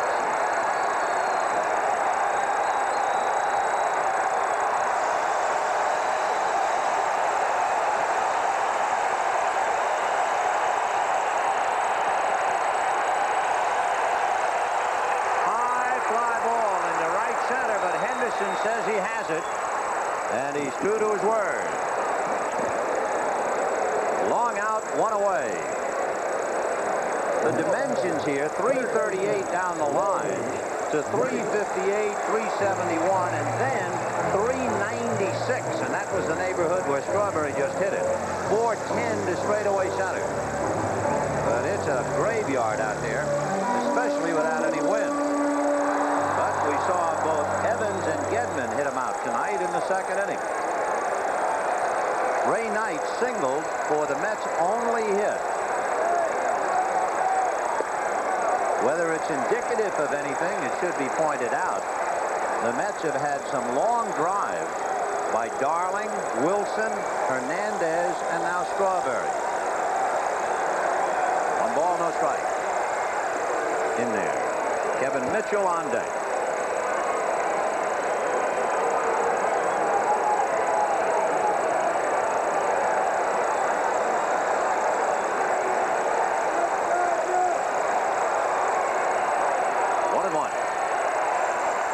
Hit off the end of the stick foul, and the count 1-2.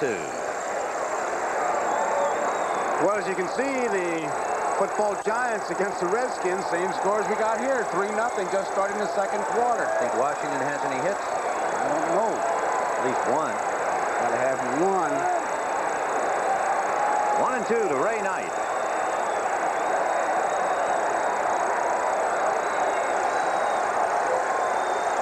Fastball, 2-2. We're in the fifth. 3-0 Boston. 1 out, bases empty.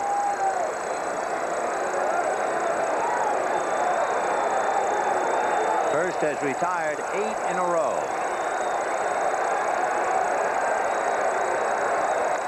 Bouncer over the mound, charging Spike Owen. Gets him. It's 9 in a row, and it'll bring up Mitchell.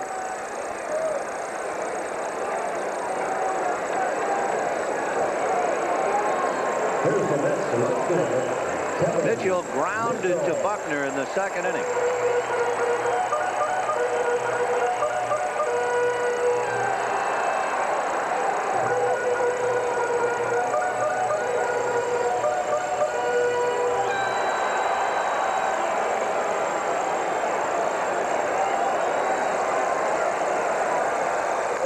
Fouled off. 0-1. Those who were there at the moment said in that wild madcap scene in the Mets dressing room following Saturday night's game, the one player who was completely calm was Kevin Mitchell. 1-1.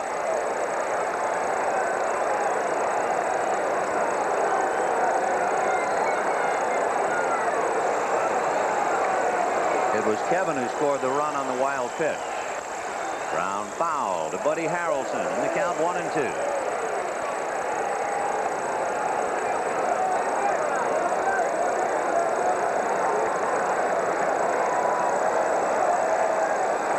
Waiting his turn on deck, Rafael Santana.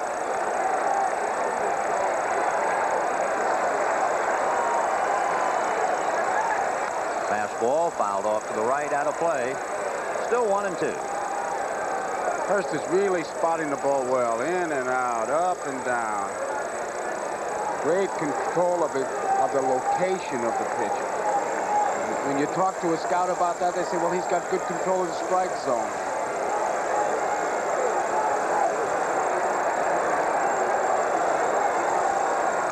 Foul back.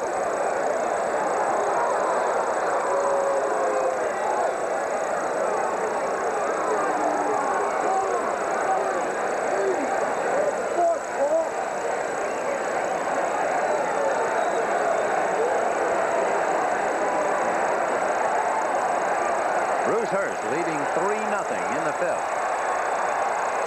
Got him. And so whatever momentum built up in the top of the fifth when Rice and Evans struck out has been dampened considerably. Tonight's game is brought to you by Ford and your Ford dealer. Have you driven a Ford lately?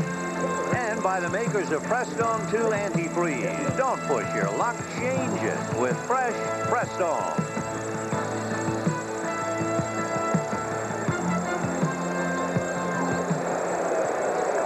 Gedman leads off, and remember we showed you our game within a game. The last time Fernandez pitched against him, it was high fastball. Started him about the letters and just kept climbing that ladder. Let's see what he does this time. And remember, too, that Gedman has the reputation of being a high ball hitter. Identical. Right at the letters. See if he comes back a little bit higher. No balls, 1 strike.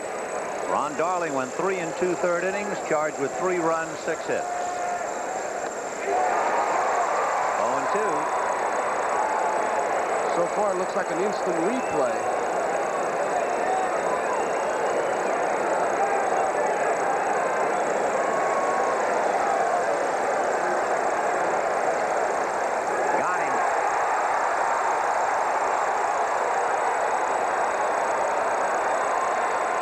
3 consecutive strikeouts for Sid Fernandez. Jim Rice and Dwight Evans in the 5th. Gedman to open up the 6th.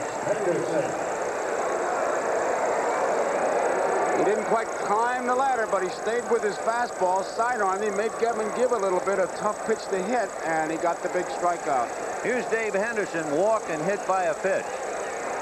Looking ahead, Sid Fernandez is due to be the second batter in the bottom of the 6th inning, but there is no one throwing in the Mets bullpen. Santana, Fernandez, and then Wilson are due up in the bottom of the 6th. 1 ball, no strikes. He's got to be tough to pick up. He's one of those pitchers, I'm sure, when they go back to the bench and say, hey, he's quicker than he looks. That ball's in on you before you know it. 1-1. Hendu walked and scored in the 2nd inning. Ball 2.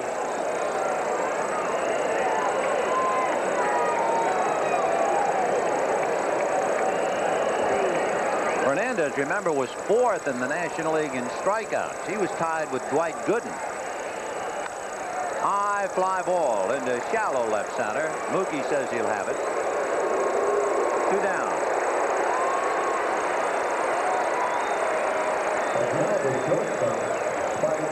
Here's what Fernandez looks like with that motion. You can see him really bearing down on the target. Looks away a little bit, and then he really takes a big stride and comes down. Looks like he releases the ball and then finishes, which has to be deceptive. It's a tricky motion. He can be a remarkable pitcher. His high, 14 strikeouts in the game. He has retired 6 in a row. A foul, out of play. And then he's not trying to do it with trick pitches. He's just rearing back and firing. 0-1 to count to Spike Owen, who popped to short and flied to right. 2 out in the 6th. Boston 3, New York nothing.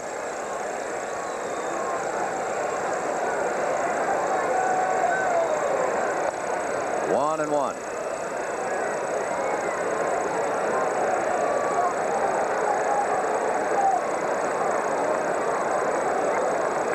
Bruce Hurst out on deck.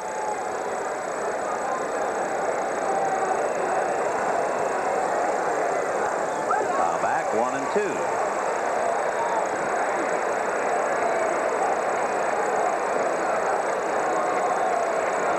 It has to be a habit, but Carter checks everybody that comes up. I doubt if Spike Owen would be trying to sneak a peek.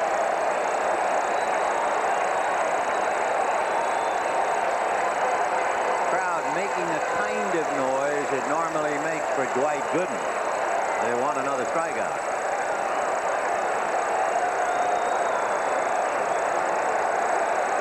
Off-speed curveball, got him looking. 4 strikeouts and 7 in a row. We talked about Hurst and his ability to control that strike zone, the location. Watch what he does to Mitchell when he strikes him out. Just pay attention to where the pitches are. This is a fastball. He fouls it off. Fastball, low, fouls it off. Breaking ball in the same spot, strikes him out. It looked like the fastball. Last minute he darts in, and although he had a good cut, didn't come close to hitting it. If you wonder about the Mets in the bottom of the 6th inning, they are going for the pinch hitter. Lee Mazzilli is on deck to bat for Sid Fernandez. And Roger McDowell is in the bullpen. Strike 1 to Rafael Santana.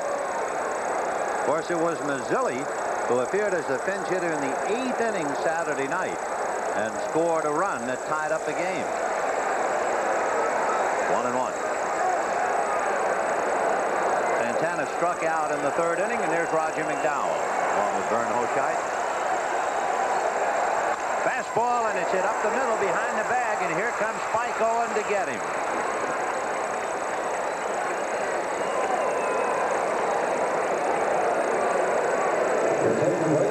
It looked like the ball was going to get through. Here it is from the center field camera. It's over the head of Hurst. And range is what makes this play on. finishes up on the second base side and gets his man easily. Buckner again coming to the mound now with Mazzilli up there. Hurst, by the way, is on a roll now. He has retired 11 in a row. The only time he has had to work out of his stretch was with 2 out in the second inning, and Ray Knight had gotten a base hit.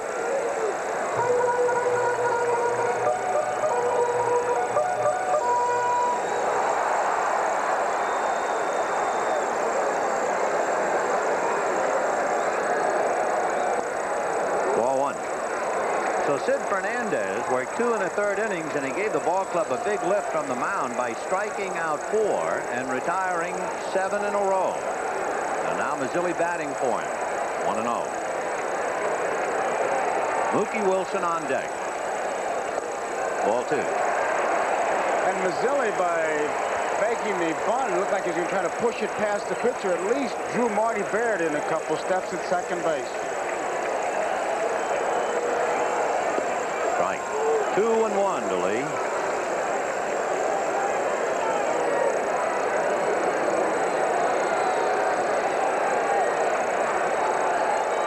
And it's hit over Buckner's head, foul down the line on the count 2-2.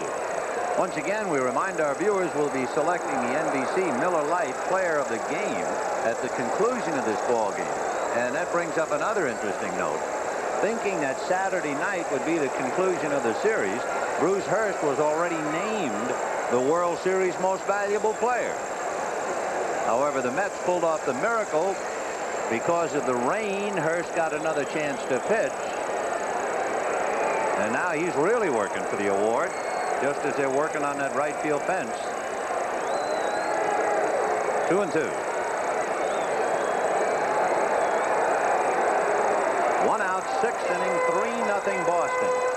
And it's hit to the hole. Base hit for Mazzilli.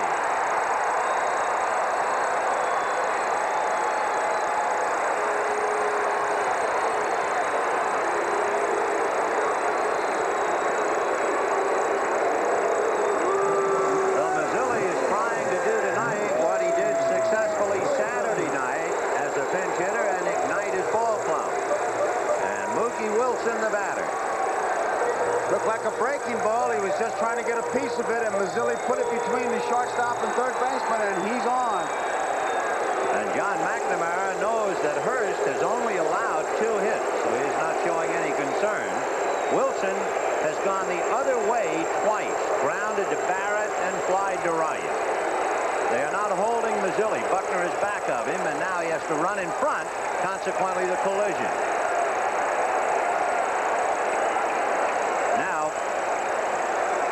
See Buckner sneaking behind him, and Mazzilli just kind of bumps him. Not a bad play. Line drive into left field. Base hit. And the Mets are alive with 1 out in the 6th. And Tim Tuffle coming up.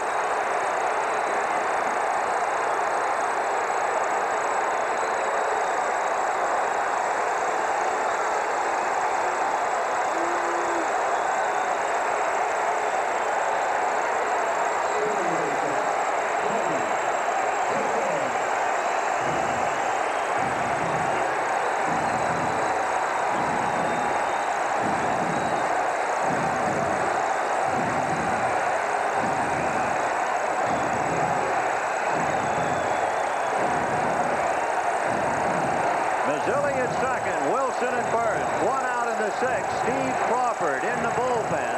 3-0 Boston. Tuffle has popped up to Barrett and struck out.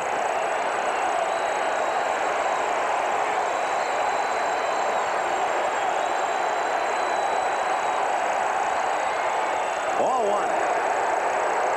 On deck, Keith Hernandez. After retiring 11 in a row, Hurst gives up a single to pinch hitter Mazzilli and then to Mookie Wilson.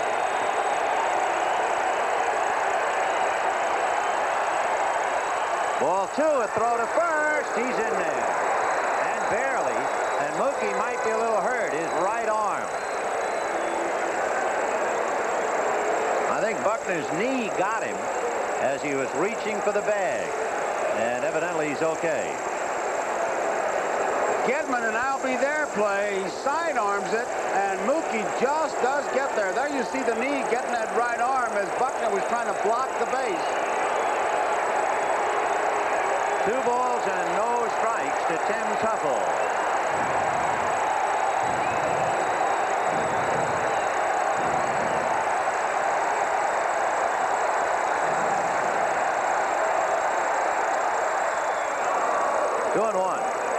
Took something off the pitch, way out in front. Wilson at first, Mazzilli at second, 1 out. Hernandez on deck.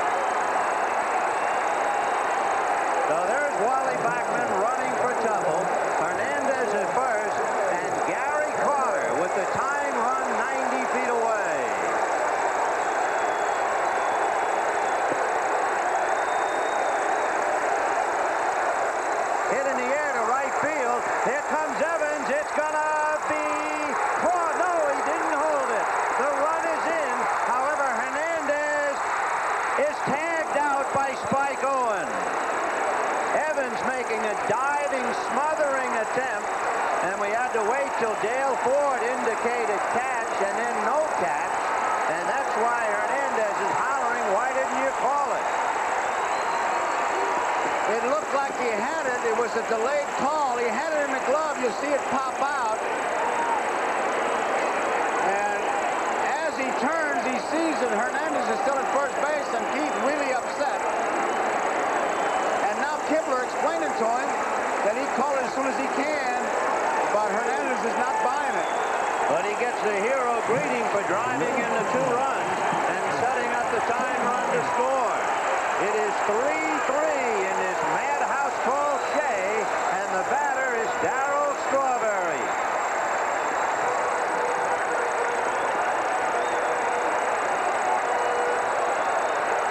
Strawberry 0 for 2, line to left and fly deep to right center. Carter on a fielder's choice if you're scoring from Evans to Owen. 9-6.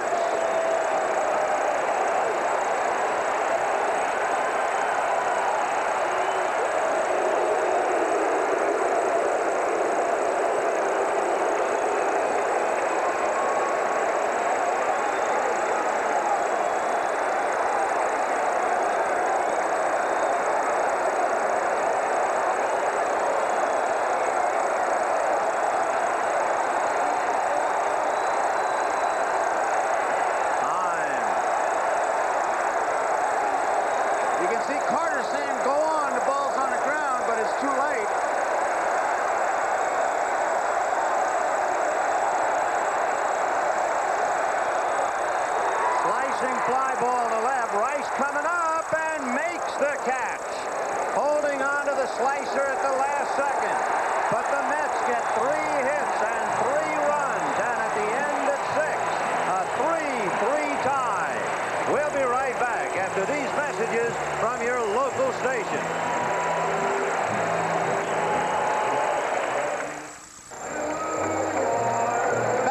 Scored the tying run, a good piece of base running. You see him tagging up as soon as Evans leaves his feet.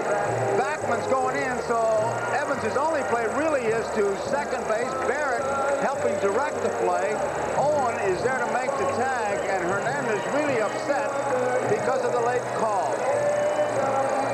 And if you would like to know about lightning striking twice, Keith Hernandez had a 2-run single in Game 7 in the 1982 World Series to tie the game 3-3.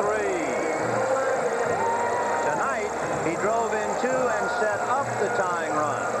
Tony Armas is coming up to bat for Bruce Hurst against the sinker baller Roger McDowell. And Roger will now be in 5 of the 7 games. He has no decision, an earned run average of 2.8.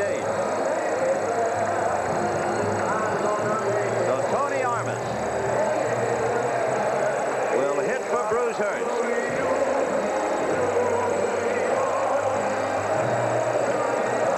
John McNamara hoping that Armas can do what Mazzilli did and light a fire leading on. Then I just got word they put up the score at the Meadowlands where the Giants and Redskins are playing, and when they put up 3-3, the entire crowd started screaming, "Let's go Mets." I wonder what the football players were thinking. Tony Armas missed 31 games during the year with ankle and thigh injuries. But of course, you remember he injured himself in Anaheim, and it actually helped the Red Sox win the pennant because Dave Henderson took over and performed some magic. And that got a little bit of John Kibler. Took a bite out of him, 0-1. The plate umpire, okay, but that hammered him. They really are playing Armas to pull. Knight is guarding the line. There's Santana's in the hole, and Mitchell is towards the line in left field. There you see it. They really expect to hit that ground ball. Look at Knight. When you look at Tony Armas, 2 years ago, he led the majors in RBIs. This year, he was 8th on the Red Sox. Big chopper, foul ball.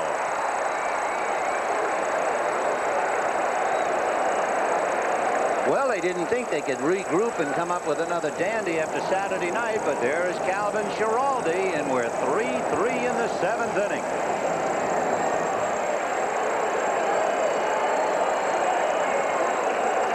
Armas followed by Boggs and then Barrett.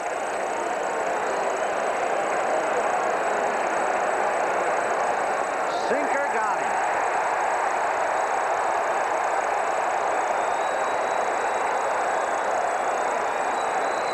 McDowell just rears back and throws his best pitch, which is the sinker. It starts at about the knees, tough to lay off, and when you try to chase it, it's out of the strike zone. But with 2 strikes, Armas was trying to get a piece of it. Where's Boggs, who lined to short, hit one about at the ankles for a line drive base hit and a run batted in. Last time up, walked. Right. 3 runs, 6 hits for Boston. 3 runs, 4 hits for New York.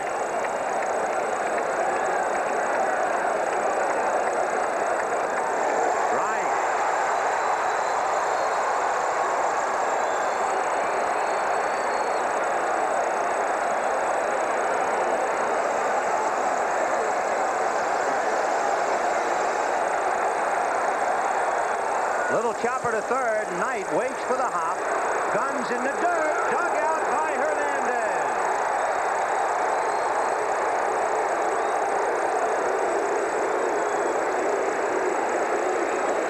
Knight has to wait for the big hop. He throws it low, but watch Hernandez. Not only is he digging out, he's in front of that ball. It was not going to get by him.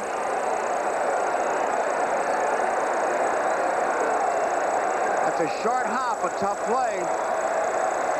A classic picture. If he misses it, it hits him in the leg. And now he says to the umpire, I caught it. Here's Marty Barrett. Flied to right, bunted for a hit, flied to right again. A chopper over the mound. Here comes Santana. Got it.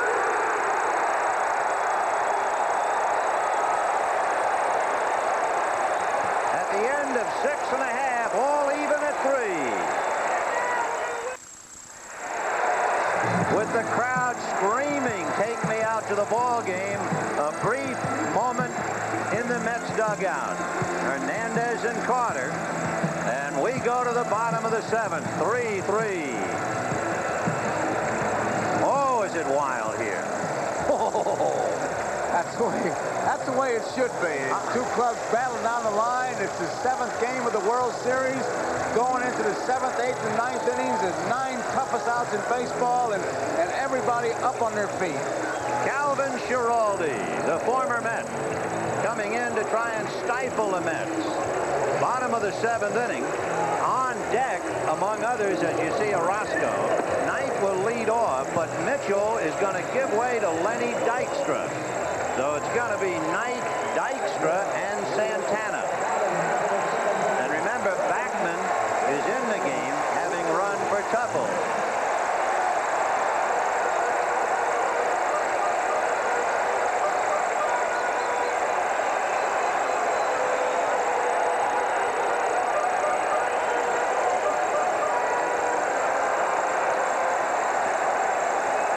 Ray Knight singled and grounded out. He is 1 for 2.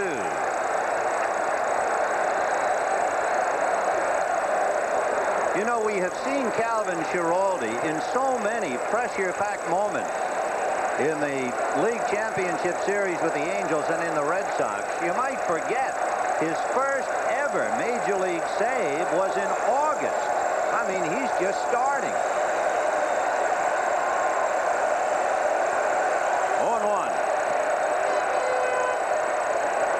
1 ball, 1 strike.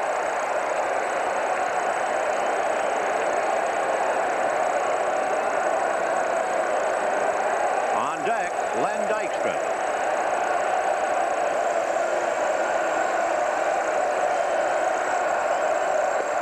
Ball 2, and the chant, Calvin, Calvin.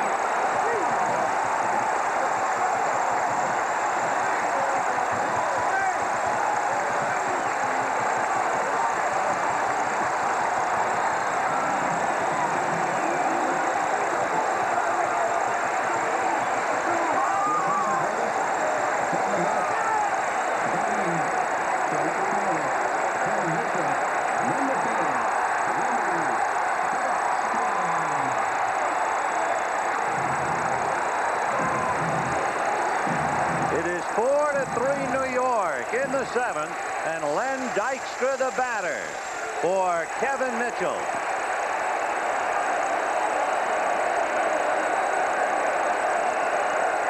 The first home run at home hit in this World Series by the home team.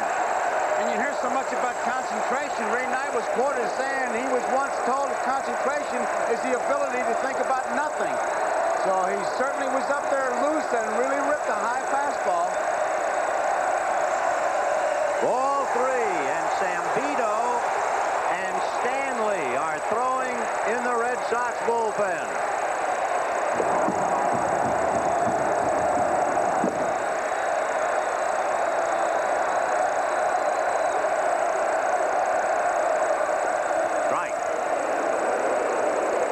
Tell you, the last two will kill you. Dykstra really tried to get down lower than normal to try to get that base on balls. 3-1. Line drive, base hit to right field.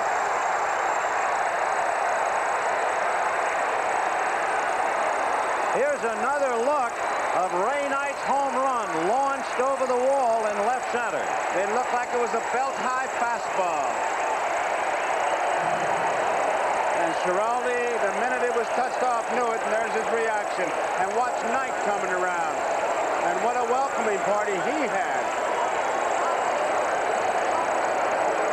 It is so noisy at Shea, you can't hear the airplanes. You'd think you're out in the country. And Bill Fisher is out to the mound.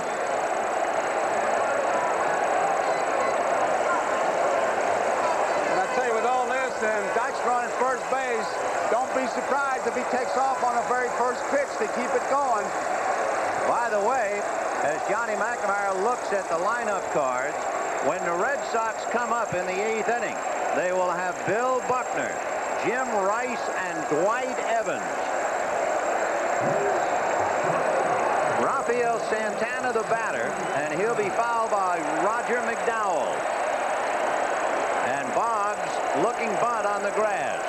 I think I'd pitch out just to stop everything, but you have to worry about Schiraldi's control.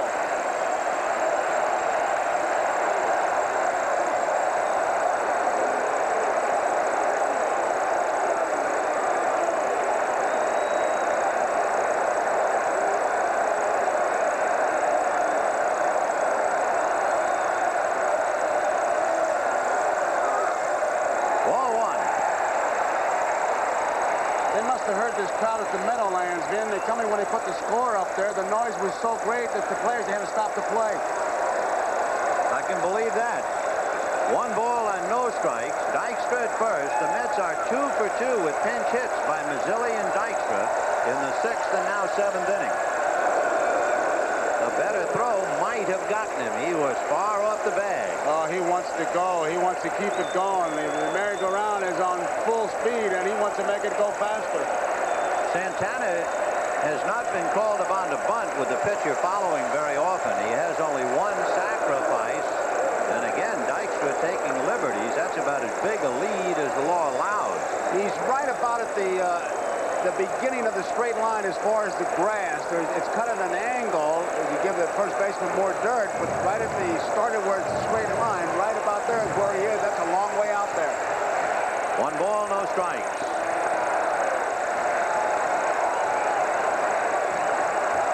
Dykstra not going on a pitch out, and it's a wild pitch. Dykstra to second base.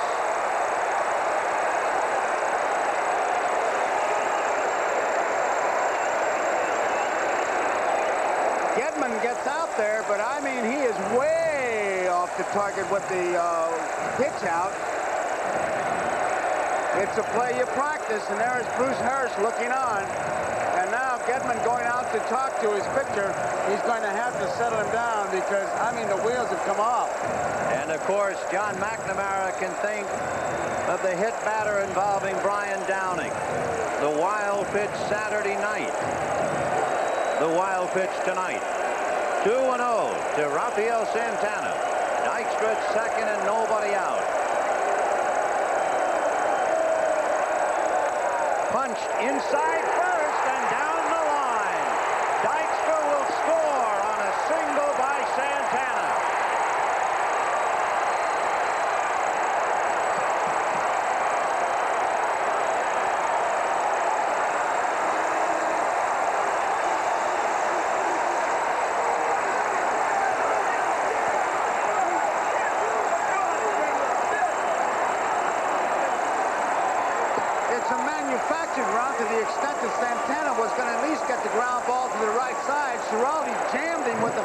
ball, but trying to hit it to the right side. He gets the base hit, and of course Dykstra, looking like he was going to steal, gets the pitch out wild pitch in scoring position, and he still have it going. So it is 5-3 Mets. And here is McDowell a strike. Calvin Schiraldi has faced 3 batters. He has given up a home run and 2 singles, a wild pitch, and 2 runs. And the Mets have jumped out in front. McDowell not sure of the signs from Harrelson. 0-1. Bunt. Foul ball. We mentioned it earlier. With these two, you never know. Counting the League Championship Series and the World Series, the Mets have come from behind 44 times. That includes tonight. 44. But on the other side of the diamond, you have a ball club that won 19 times in its last at-bat, including the playoff, the Boston Red Sox. 4-1. And Boston must be thinking, remember the 10th inning. Saturday night, we were leading 5-3. Now it's 5-3 New York, bottom of the 7th. The bunt to Buckner. No play at second, the out at first. I thought he had a play at second. I thought he had a play. He looked, and all of a sudden decided not to go to second base. In fact, Barrett had snuck in behind first base, so he was well protected. In fact, I thought there was a play on, and you can watch it. Now, Buckner, I think, gets it in plenty of time.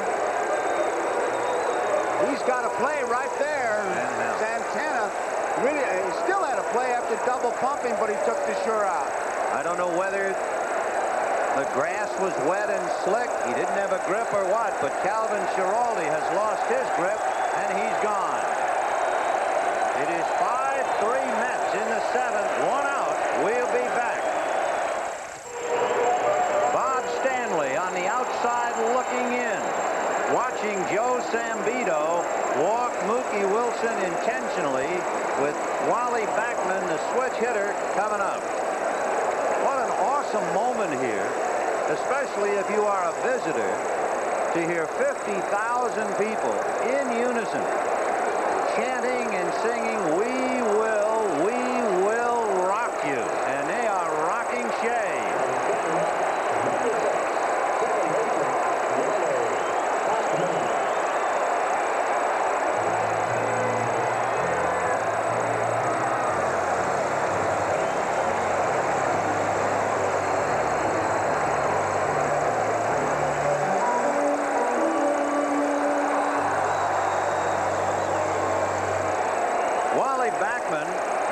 Been much of a hitter right-handed.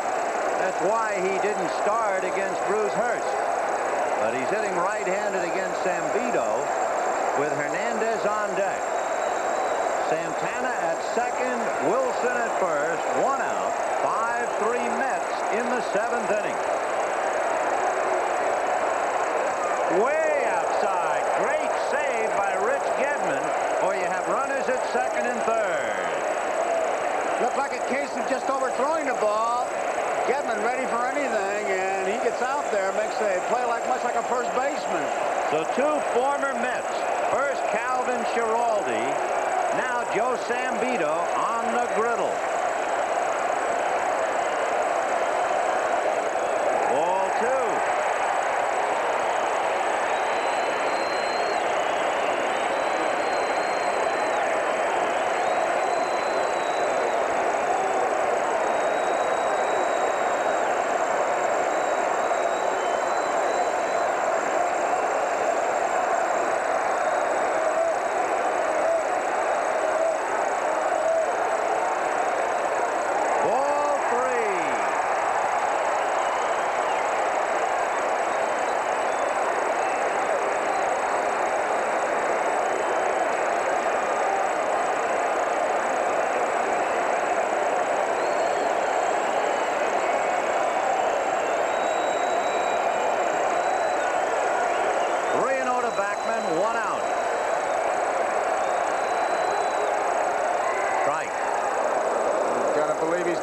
one, too. They want to get Hernandez up there.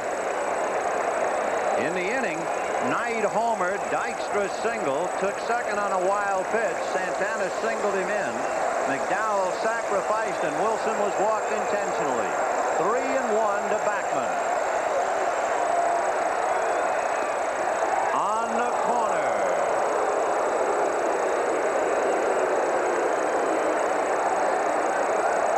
He's taken all away, and that's the way they play, and that's the way they should with Hernandez coming up next. Santana and Wilson checking with Buddy Harrelson to see if they'll play run and hit. I would hold him. One out, and Backman asking for time. Backman, who is not effective as a right-hand hitter. So if he strikes out, you'd run out of the inning, and you take the bat out of Hernandez's hand, so we'll see. He's a tough man to double up. 3-2. Runners will hold. Fouled away. 5 runs, 7 hits for the Mets, including the home run by Ray Knight. 3 runs, 6 hits, and no errors for the Red Sox, who had back-to-back home runs by Evans and Gedman back in the 2nd inning. But since those back-to-back home runs in the 2nd inning, the Red Sox have had just 1 hit after the 2nd inning. They have stopped completely, thanks to Sid Fernandez. He's the one that gave them that thing called momentum. 3-2.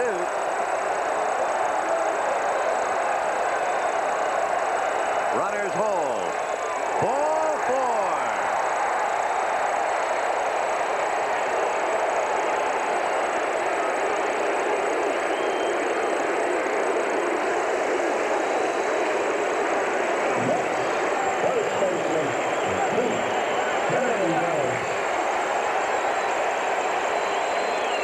It was Hernandez who was 0 for 2 when he came to the plate in the 6th inning. And with the bases loaded, single to left center to drive in 2. Bob Stanley is probably getting ready to pitch to Gary Carter.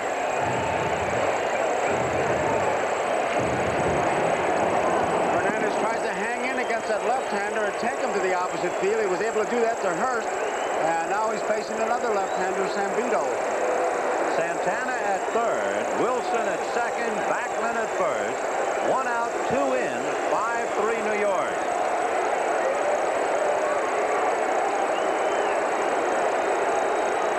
Time.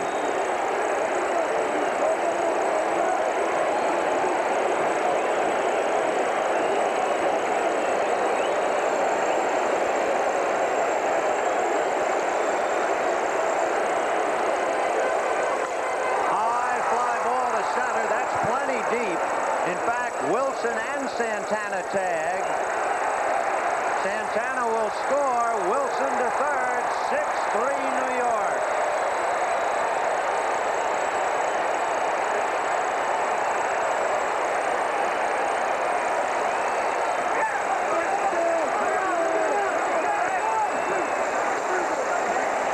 And John McNamara will now bring in Bob Stanley to pitch to Gary Carter. 3 runs charged to Bruce Hurst. He does not have a decision. 3 runs charged to Schiraldi. He will have a decision unless the Sox can come back. It is 6-3 New York. 2 out in the 7th, and we'll be back.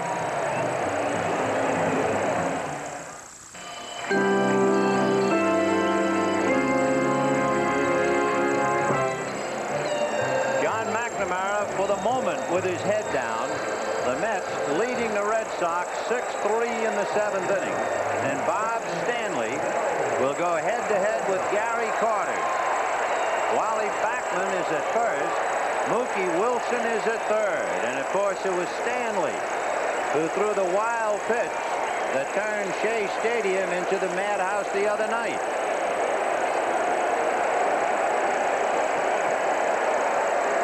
Carter tried to bunt for a hit, grounded out, picked up an RBI on a force play. Ball 1. Don't forget, the Red Sox will have Buckner, Rice, and Evans in the top of the 8th.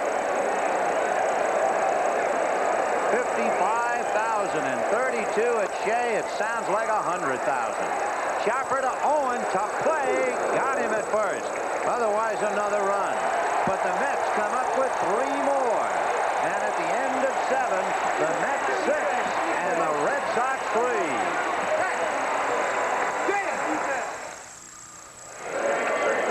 This telecast is presented by authority of Major League Baseball and may not be reproduced or retransmitted in any form without the express written consent of Major League Baseball. What we have now is a brief show of strength to the 55,032. The policemen on horseback, along with police in the stand, by inference telling the crowd they will not allow the exhibition that occurred here when the Mets clinched the pennant.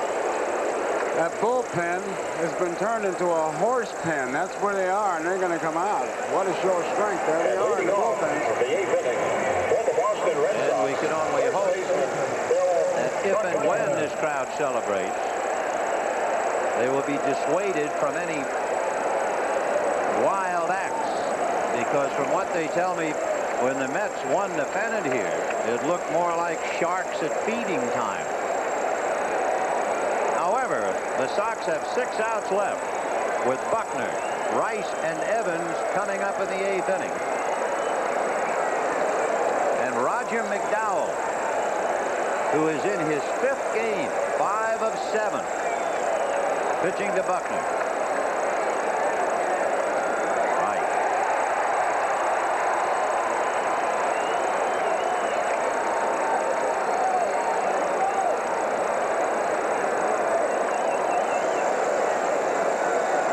Buckner singled to right, lined out to center, and flied to right. But those at-bats were against Ron Darling. The Sox jumped out to a 3-0 lead, and there's a looping single to left. That's only the 2nd hit for Boston since the 2nd inning. So they just stopped completely, and the reason they stopped so completely was the performance by left-hander Sid Fernandez in the 4th, 5th, and 6th innings. There, as you can see, the newcomers. Backman, of course, came in, having run for Tuffle in the 6th inning. Dykstra taking over in center, and Wilson moving over to left.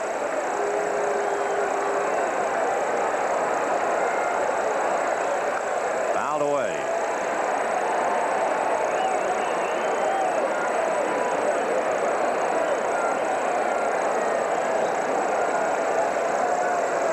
Jim Rice trying to get his ball club back in the ball game. As we mentioned earlier, Rice has only had 5 at-bats in the entire series with a runner in scoring position. Fouled away. And he led off the inning 1 out of 3 at-bats tonight, so just about half of his at-bats in the series, he's been the leadoff man. And he's going to be in trouble doing that. And with McDowell pitching, they don't expect him to pull the ball. They're really bunching him up the middle. On deck, representing a possible tying run, Dwight Evans. Rice lined out to right, so he can take a sinker ball that way. Single to left, and then struck out against Sid Fernandez in the 5th inning.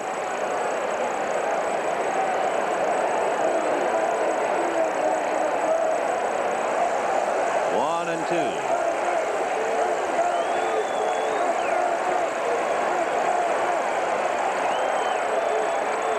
2-2. It happened in 3s tonight. The Red Sox got 3 in the 2nd inning. The Mets got 3 in the 6th. The Mets got 3 in the 7th. And Washington got 3 in the half. 2-2.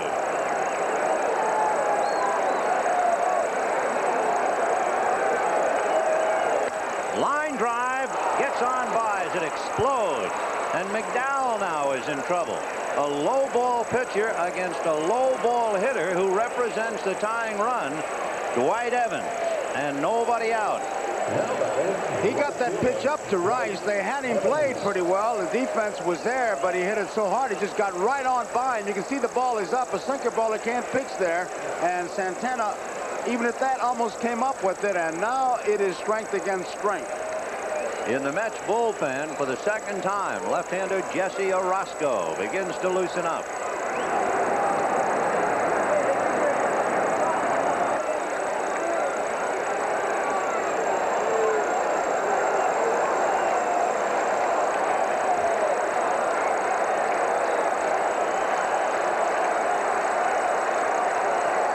Evans homered in the second, flied to center and struck out. Buckner at second, Rice at first, nobody out. 4-1. On deck is the left-hand hitting Rich Gedman. And Orozco in the wings.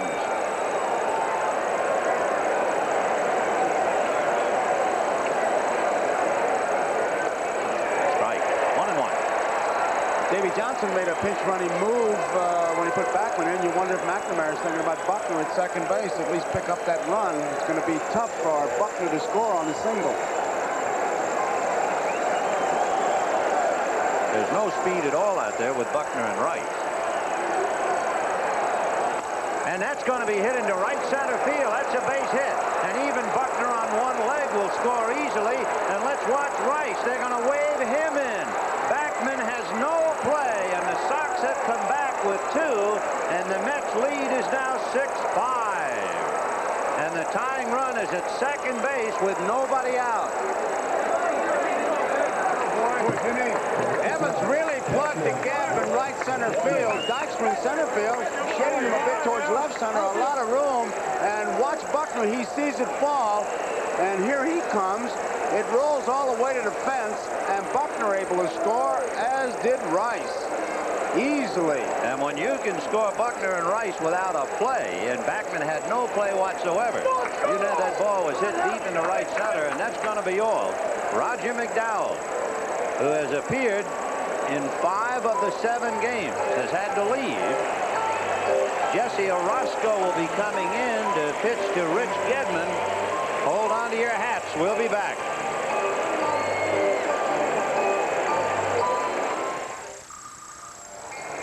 Jesse Orozco making his 4th appearance in this World Series. His earned run average is 0-0.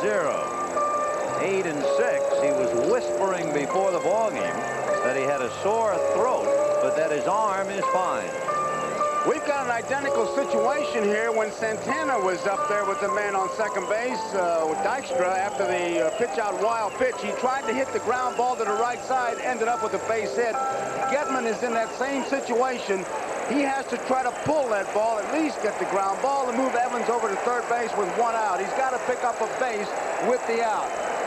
Rich Gedman homered off Darryl Strawberry's glove in the second inning when Ron Darling was pitching. Grounded out in the third.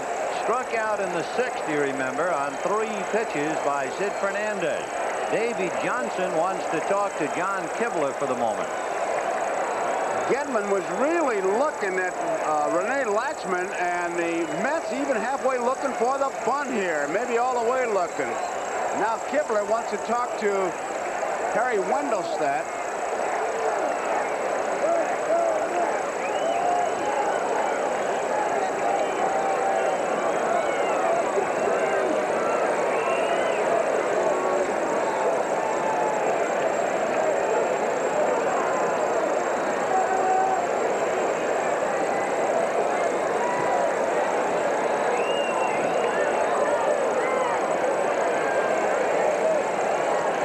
What's happening? I was trying to get lucky and read some lips, but it didn't work.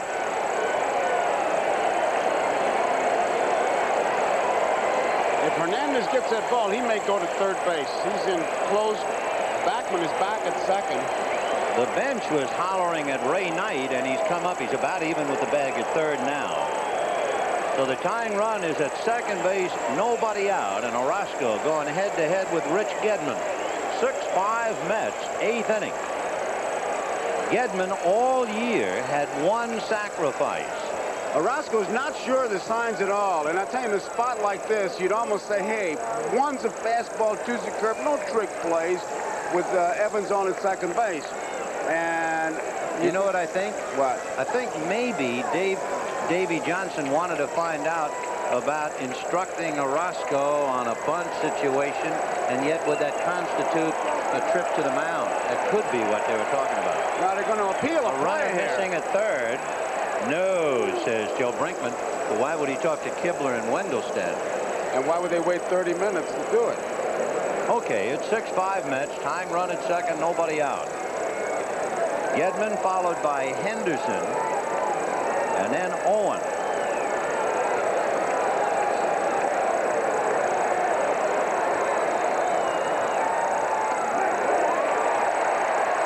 Big sweeping curveball, 0-1.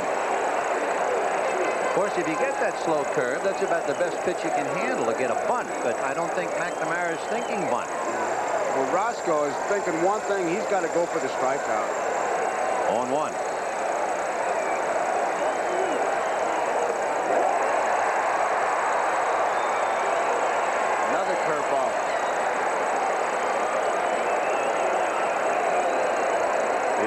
And that was violated the other night.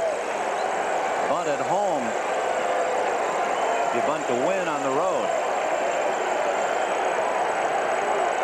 So Gedman hacking away 0-2. 4-1. What you just said was according to the book. Right, and the book is gone. That's right. The other night, first and second, Johnson decided not to bunt because Howard Johnson didn't look good on the first attempt. So that book, forget it, it's been burned. 1-2 to Rich Gedman. And he's going to hit a line drive at Backman over to Santana. Not in time. Boy, was that close. Woo. And I'll tell you one thing, Santana had a little heat to handle on the dead run. Backman fired it. Good play by Santana. And good play by Backman and a great play by Dwight Evans. You can see he started to lean, and Backman, he really guns it over there. Santana very alertly there, but Evans, a good piece of base running. So Gedman line drive at Backman, 1 out. And of course, that's a very expensive out late in the game. If he makes an out, if that ball hits the ground first and he's able to move his man to third, you'd have the tying run 90 feet away.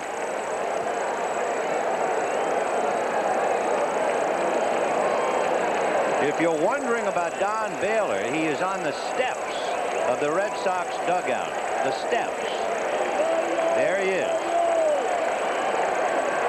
So 1 out. Evans at second. 6-5 Mets in the 8th inning.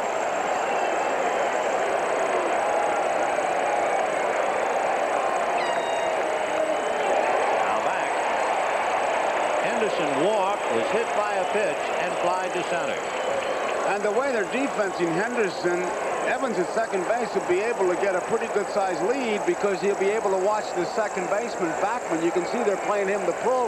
Knight will guard the line. Santana near the hole, and you can see where Backman is, so Evans can keep an eye on him and get a pretty good lead.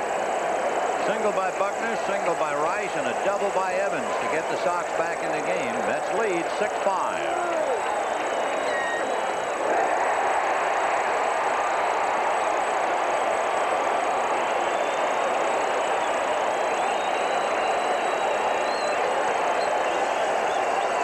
Darling, Fernandez, McDowell, and Orozco. And they're up on their feet again at Shea.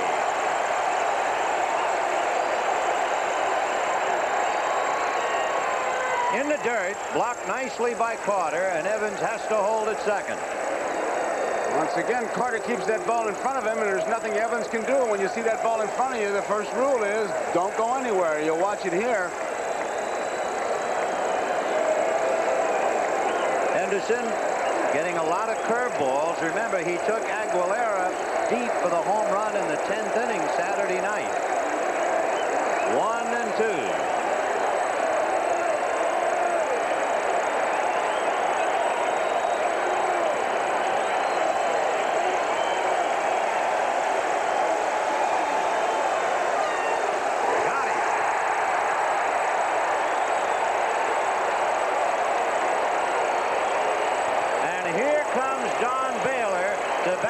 Spike Owen. There is Orozco throwing the curveball. There was no way Henderson was going to see a fastball. The target was the right kneecap. And Carter making the save on that one that bounced there was a big play that time at bat because Orozco comes back with the strike. And now they're having a big meeting on the mound as to what they're going to do with Baylor. Baylor has had 10 at-bats in the series. He has 2 hits. One of the 2 hits a double, and 1 run batted in. So the man who became the designated sitter in the National League now comes up trying to get the Sox even. And the key, of course, Gedman's line drive at Backman.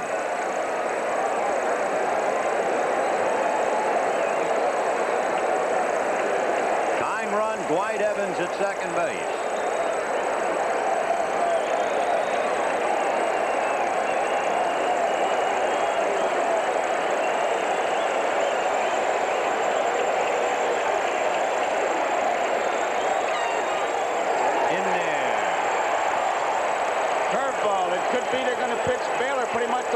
Henderson, stay away from the fastball, show him the fastball, make him hit the breaking ball. And Orozco's best pitch is a slider. But he started him with the slow breaking ball.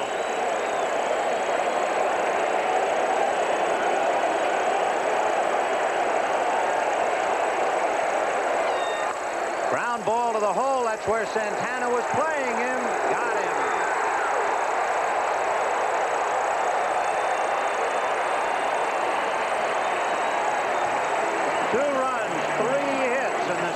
Leave the tying run at second base with nobody out. 6-5 New York. It is head-shaking time for a frustrated and disappointed Don Baylor as we go to the bottom of the 8th inning. 6-5 New York Mets.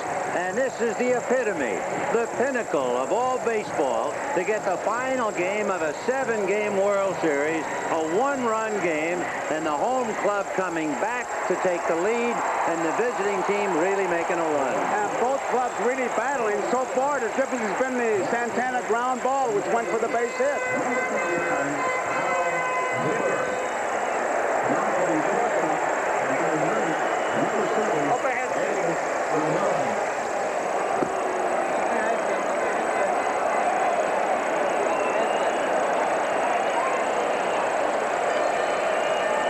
In the bottom of the 8th inning, 2 changes for the Red Sox. Al Nipper is on the mound, and Ed Romero is at shortstop.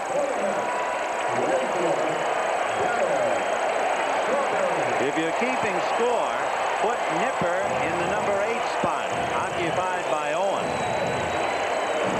And put Romero number 9, so he's due to lead off in the 9th inning.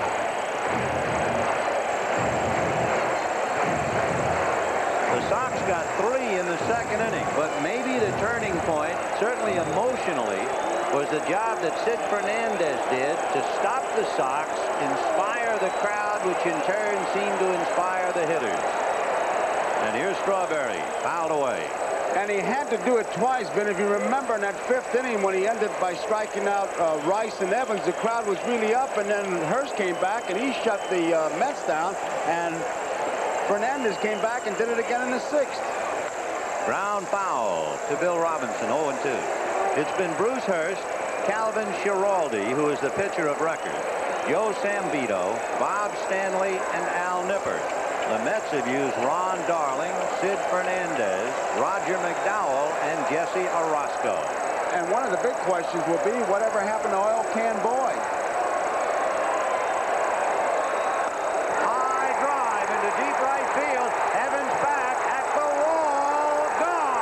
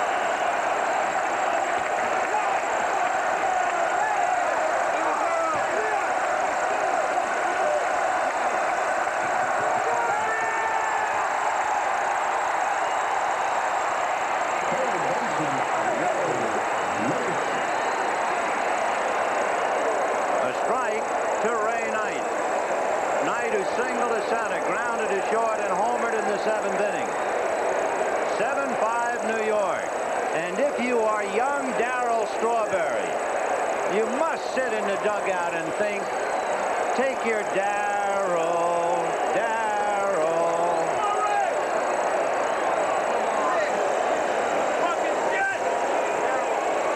And the place bombarded now with rolls of paper, which will do nothing but slow it up.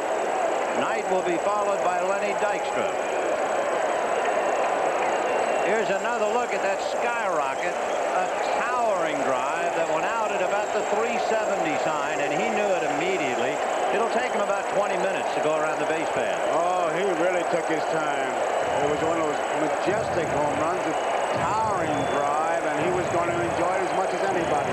That's the look in Game 5 when the whole right field stands. Darryl, Darryl.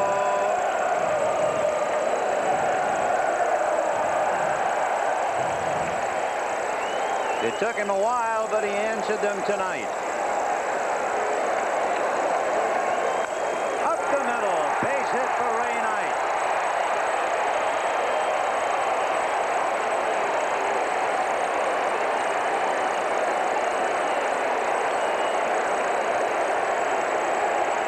In the Red Sox dugout, as Rene Lachemann charts every pitch. To look ahead for Boston, they will have Ed Romero, Wade Boggs, and Marty Barrett. And the Mets hitters are trying to lighten the load for Jesse Orosco. Here's Dykstra.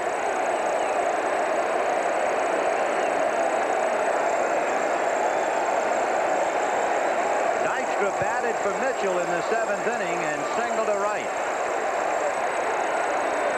That's when the Mets broke the 3-3 tie.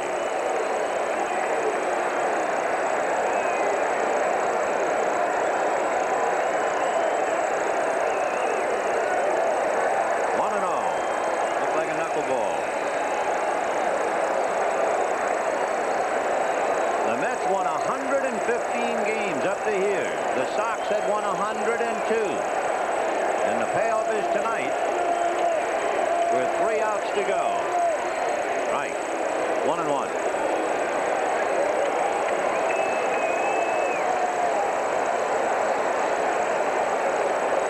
Santana on deck.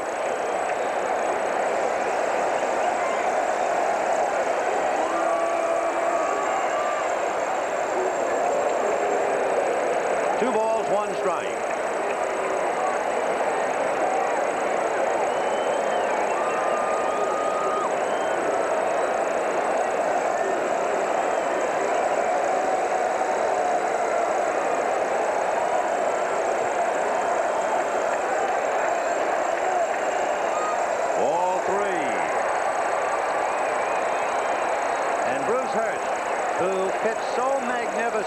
Won twice, went 6 innings, and had his team even when he came out. He is not involved with the decision, but he's the youngster who was voted the MVP, and of course he'll lose that award. Hit up the middle, but in motion is the shortstop Romero, who is breaking the cover, and by being in motion he takes a hit away from Dykstra. Knight into second base. It looks like it's going to get through there, but Romero was breaking to cover second base and was in perfect position and really turns it into a routine play. Rafael Santana, who had a key hit in the 7th inning when he singled inside first base to drive in Dykstra. 1 for 3. And it was a good pitch that Giraldi made to Santana, who was trying to hit the ground ball to be sure he picked up the base if he did make the out, but jammed him. Santana swung and got it between Buckner and the bag and drove in a big run.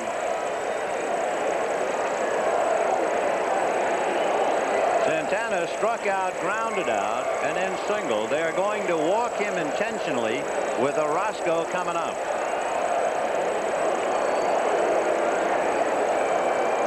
And Orosco might very well be asked to bunt, and Mookie Wilson would then come up.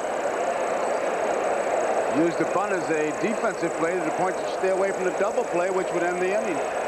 Again, while we have the moment, the Red Sox are due to send up in the 9th inning Ed Romero, Wade Boggs, and Marty Barrett.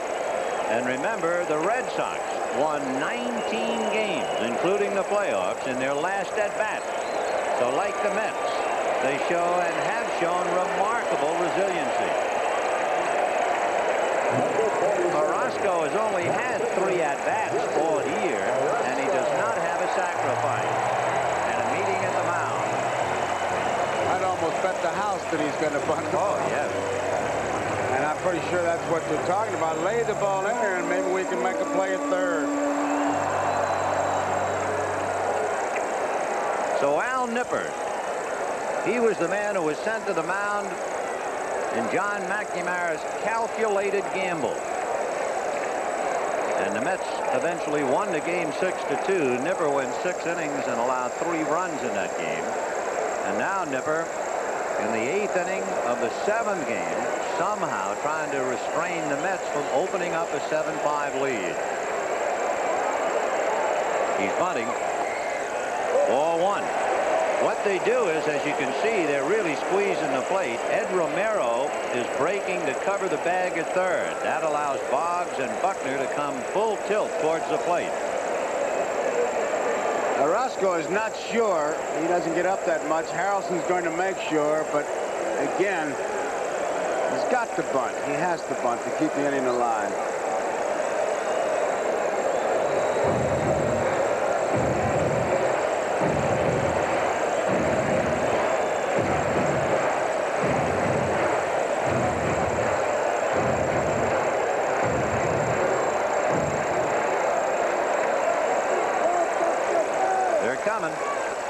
Strike, and that time Romero, and they were setting it up. Romero, instead of racing for third, circled back to second. 1-1.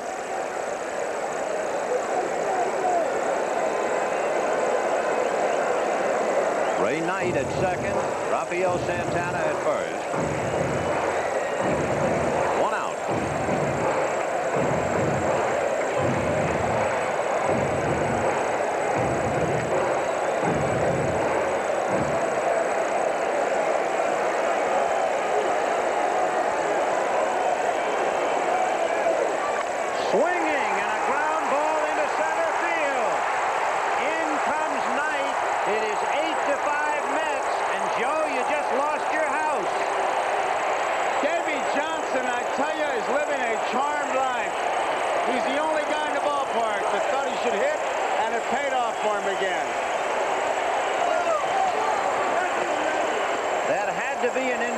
Of course, with Boggs charging the plate, Romero breaking to third. There just wasn't anybody there capable of handling a ground ball.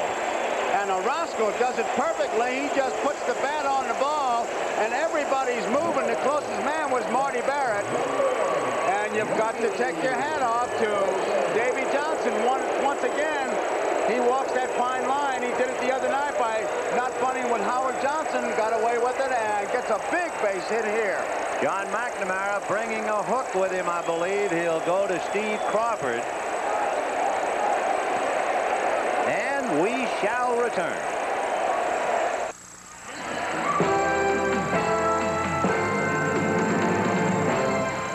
Darryl Strawberry jeered in Boston, frustrated here when the ball went off his glove, and a hero. And on the other side, a very bitter moment for all of the Red Sox. It is 8-5 New York.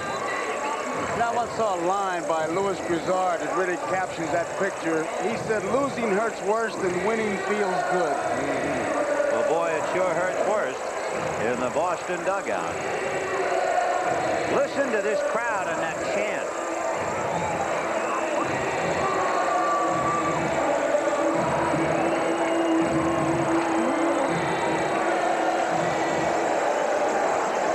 That was Al Nipper with his face buried in the cloth. The dramatic shot, and reminding you of Calvin Schiraldi's sad moment in Anaheim. If you're wondering, Jesse Orozco has been in the big leagues 5.5 years. He had 10 hits. High slicing foul off third, down the line, back into the crowd, out of play. So in the inning, Strawberry homered, Knight singled, Dykstra grounding out, advancing Knight. Santana walked intentionally. Orozco singles in Knight. And Mookie Wilson against Steve Crawford. 10 hits in 5 years. Why not let him swing? With that kind of managerial strategy, Johnson ought to be buying lottery tickets after the game. 0-1. Hit him. Yep, he goes to first. And that will load the bases. Mookie's quick, but that one nailed him.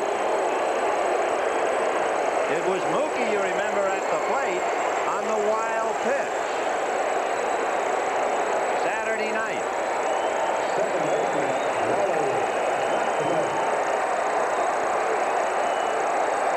Here's Saturday night. The pitch that didn't hit him, thrown by Stanley, that went to the backstop. So the Mets have loaded the bases. The infield has to play up. The Mets leading 8-5. Ground ball and a broken bat. Barrett to the plate for the force to Gedman. And Santana is erased, and everybody moves up 90 feet.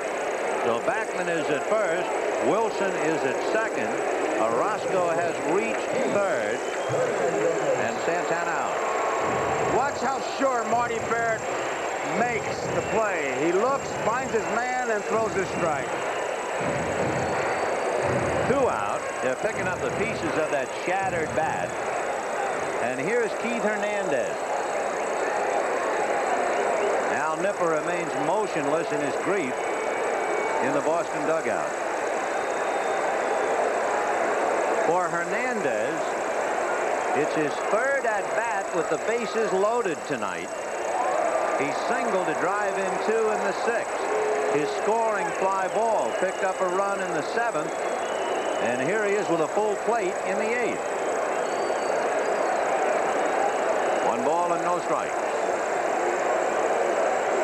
8-5 New York, bottom of the 8th. Strike.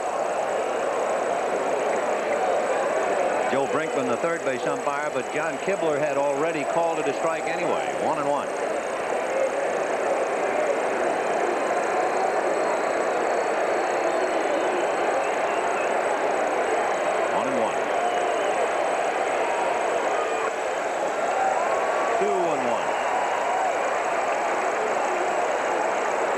Steve Crawford, the 6th Boston pitcher. Schiraldi is still the pitcher of record.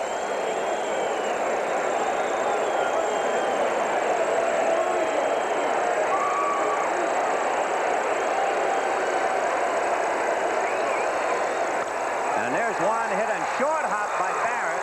Keeps it in front of him and throws to Buckner. And the inning is over, but the Mets get 2 more. And at the end of 8, as the champagne gets colder, the Mets 8, Red Sox 5, and they're 3 out from pulling the cord. The culmination of the impossible dream in 1969, a fly ball to left field for the last out, and the Mets are the world's champions. What made it interesting, the batter who made that last out is right there. The manager of the Mets, Davy Johnson. He was also the last player to get a base hit off Sandy Koufax in the 1966 World Series. But now let's see if the Sox have anything left. They rallied gamely in the 8th when they were down by 3. They had 2 singles and a double to get within 1, and they left the tying run at second. Now in the 9th, Ed Romero, Wade Boggs, and Marty Barrett against Jesse Orozco.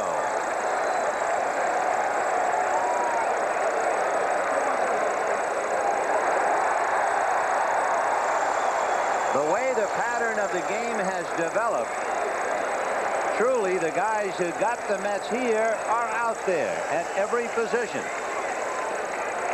With Hernandez and Backman and Santana and Knight and Wilson and Dykstra and Strawberry and Carter. 1-1. Popped it up. It will be home. Carter or Hernandez. Hernandez. Tonight's game is brought to you by AT&T, the right choice. By the American Express card. Don't leave home without it. By Kentucky Fried Chicken. We do chicken right. And by Miller Genuine Draft. Cold filtered for real draft smoothness. It's beer at its best. And the Sox, who were a strike from elimination in Southern California, who looked like they had a lock at Game 6, are now down to their last 2 outs. And here's Wade Boggs, 1 for 3.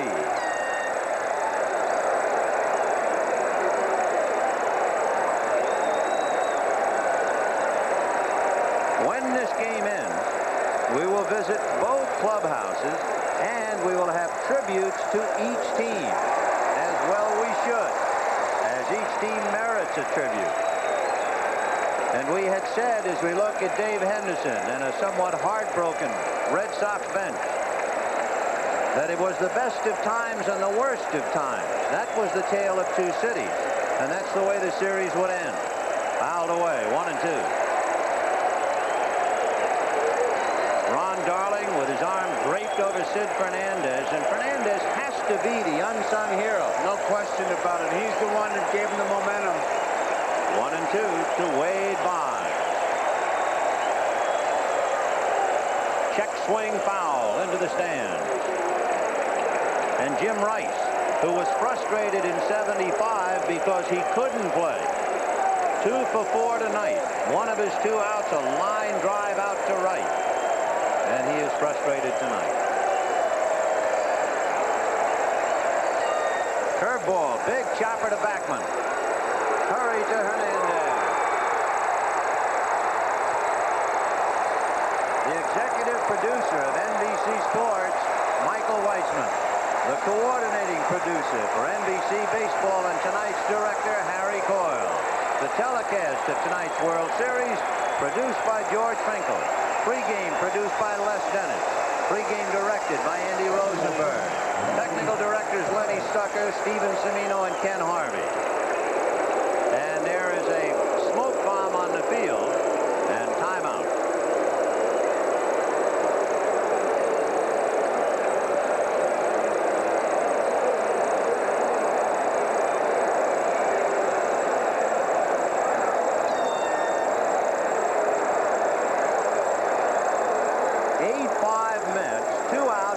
Empty in the 9th inning. And this crowd of 55,032 bursting their buttons to make some noise, but hopefully that will be all. Standing in the way is Marty Barrett.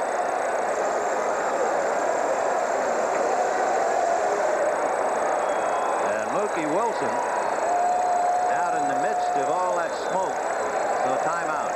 An oil can boy who was supposed to pitch Game 7, and then the rains came. And Wade Boggs, the Major League's leading hitter, can just sit and think of what might have been.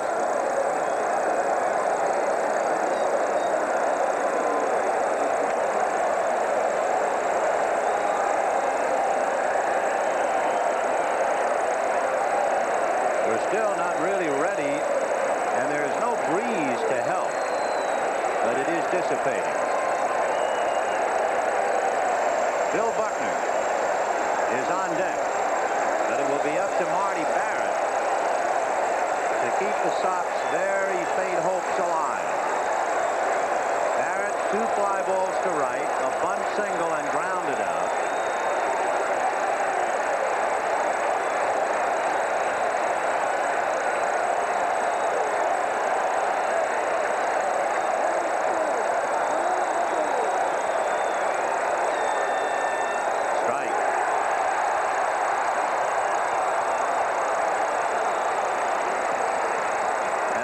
His Honor the Mayor,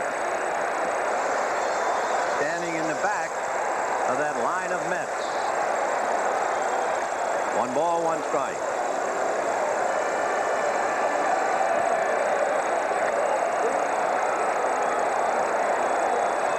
They have planned a ticker tape parade for the Mets tomorrow if they win tonight. They're going to check it first. No swing, says Jim Evans.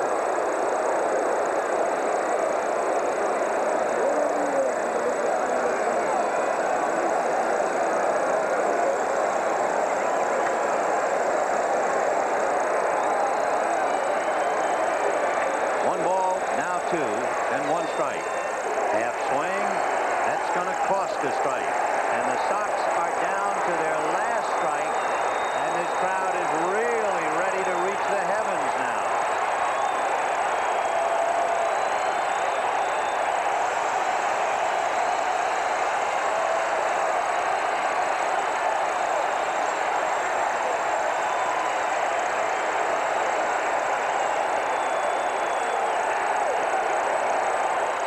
Fouled away. This crowd will tell us what's happening. French, tonight's NBC Miller Lite player of the game, we feel, is left-hander Sid Fernandez. Miller Lite is happy to present a check for $1,000 in the name of Sid Fernandez to the National Multiple Sclerosis Society. 2 1/3 hitless innings with 4 strikeouts.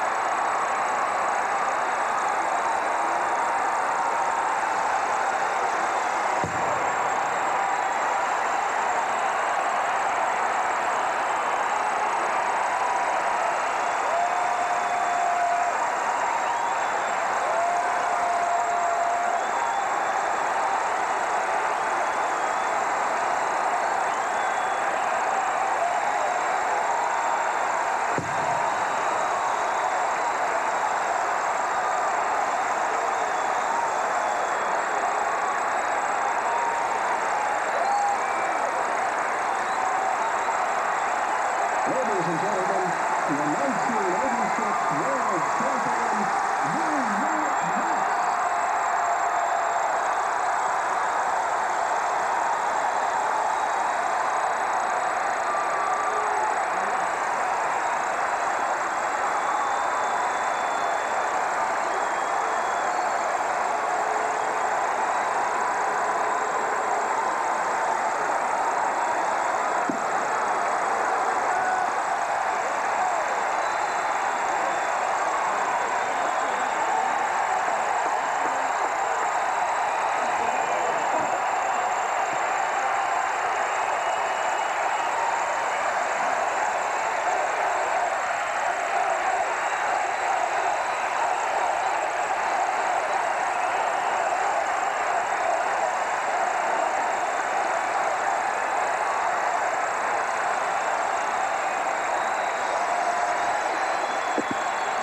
Friends, the World Series locker room is brought to you by Ford Division, who congratulates the 1986 World Champion New York Mets on an exciting World Series. And, of course, our thanks as well to the Boston Red Sox.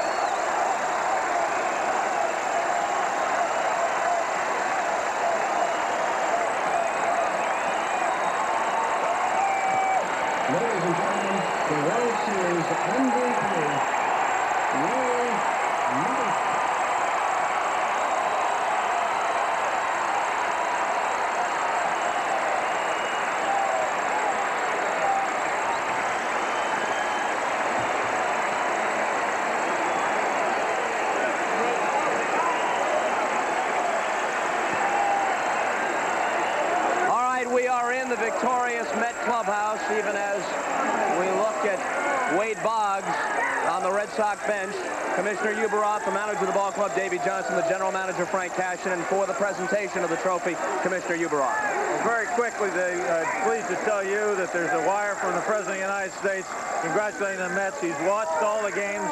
He's very happy to congratulate you, and he's invited the entire team, everyone from the organization, to the White House.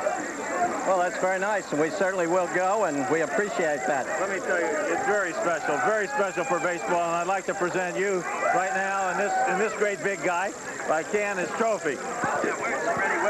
Fred Wilpont was going to be... Looking for Fred Wilpont, one of the owners of the ball club. Davey, you take it. You're stronger than me. Davey, it's a heavy one. Great. I think I can hold it. 7 games, you did it all the way. Congratulations. It doesn't get any better than this, Peter. No, this is what it's all about.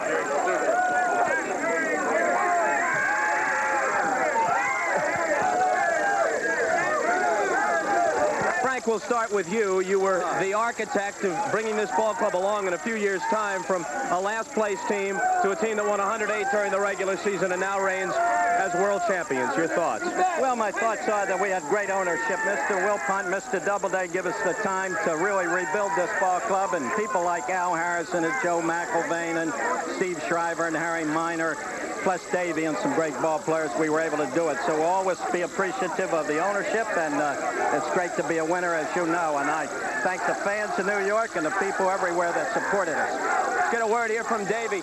Strange and unfair as it might seem, if one thing or another broke a different way Saturday night, you come up short, and some people, unfair as it would have been, would have said failure. Well, that's what this game's all about. You can never take anything for granted. Strange things happen. You just keep plugging away. And it happened for us. We deserve it. We had the best record in baseball. We should be the world champs. Your thoughts about the Boston Red Sox? They're a great ball club. It was very touch and go. Both, break here, break there, and they could have been world champs. But the good guys got it. Is there any way to describe the roller coaster? 2 out, bottom of the 10th Saturday, and you're standing here now? Well, that's baseball. That's what makes it so beautiful. It's never over till it's over. I think somebody said that. And this is what it's all about. This is what it's all worth sweating for. Davey, congratulations. Thank you, Bobby. A quick word from Fred Wilpont, one of the owners of the ball club. Bob, I'm very thrilled. I'm thrilled for New York. I'm thrilled for the New York Mets. Boston Red Sox have nothing to be ashamed of. They played great baseball, great character on both sides. Frank Cashin and his organization here is, I think, the best in baseball, and I love him. I love it for New York. We're going to try and get Ray Knight up here. Before we speak with Ray Knight, the most valuable player, we're going to go to the other side, to the Boston clubhouse, and Marv Albert. Marv? All right, Bob, and this man to my right, Bruce Hurst of the Red Sox, who had a splendid World Series, winning 2 games, not able to do it tonight, but on Saturday night, at one point, you were actually voted most valuable player of the series before the game was over. I know this has to be a difficult moment for you. Well, I'd rather trade all that stuff for the World Championship. We battled hard all year long, and we came back, and today we tried, but we just didn't have enough, and you have to tip your hat to the Mets. They came back, we beat them the first 2, and they showed a lot of class and a lot of guts, and they have a lot of great players on their team, and you just have to give them credit. Bruce, of course, this is 1986, but ball players are very superstitious, and you look back to the Red Sox of 67, of 46, of 75, and people say they are snake-bitten. What is your reaction to that? Did that have any effect on this ball club? None whatsoever. What happened in the past doesn't have any bearing on what happened today. We had every opportunity to win. We had a chance to win on Game 6, and we didn't put it away. And we were in the game today, and then we just let it slip away. What happened in 46 and 75 and all those other years, it doesn't make any difference. It's a totally different ball club, different players, whole different cast of characters, and this team can win, and we'll be back. All right, and we're told that Ray Knight won Most Valuable Player Award in the series, and the last 2 games, he's the man who did most of the damage. He's a very good player. I felt like all along for me to win. He was one of the guys that I had to get out. He's a great hitter. He's a great 2-strike hitter. He doesn't strike out a lot, and he's an outstanding player, and I have to tip my hat to Ray. He did a great job for them and beat us. All right, Bruce, thank you very much. And Ray Knight, the series MVP, is alongside Bob Costas. Let's get back to the Met locker room. Marv, thank you. And just a moment ago, Ray, Davey Johnson was saying it's just baseball. It's the way it is. You can go from GOAT to hero, from the bottom to the top. And it happened for you, certainly, in such graphic fashion. It surely did, man. I tell you, I was so down the other night after the error, but this is a game of redeeming features, and thank the good Lord, I had a chance to come back, and we won that ball game tonight. Just goes to show you, if you keep fighting and there, things can happen, and that's the way it's been for me all year.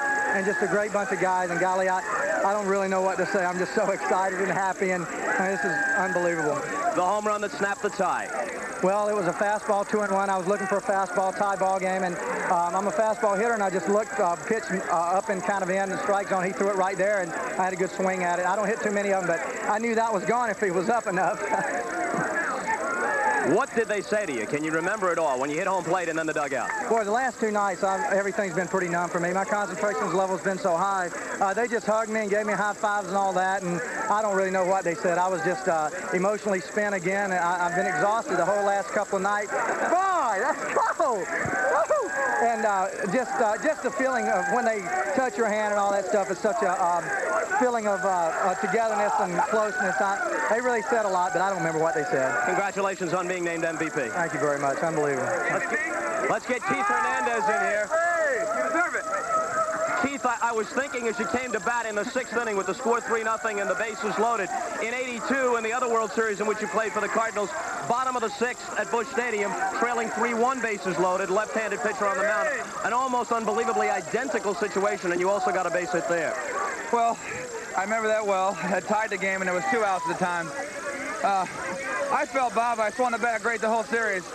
And everybody's saying, well, you're not hitting the ball. And I say, well, you can't look at the box scores. I've been hitting the ball good the whole series and right at people. And I woke up this morning, I told my brother who was with me from California, Gary, I said, if I get a chance with men on base today, I'm going to be the man. And it just worked out great that way. I was at bat, I was so confident and relaxed. I was just up for that at bat. It was it's a situation you thrive on, but I didn't have any butterflies. I was had my great concentration. On Saturday night, after you made the 2nd out, and you're down by 2 runs in the bottom of the 10th, you went into Davey Johnson's office, and tell us what happened then. Well, I went into Davey's office. I figured it was the last at bat of my season, and our season. And I grabbed a Budweiser. Augie Bush will love that. And drank a Bud and sat in Davey's director's chair.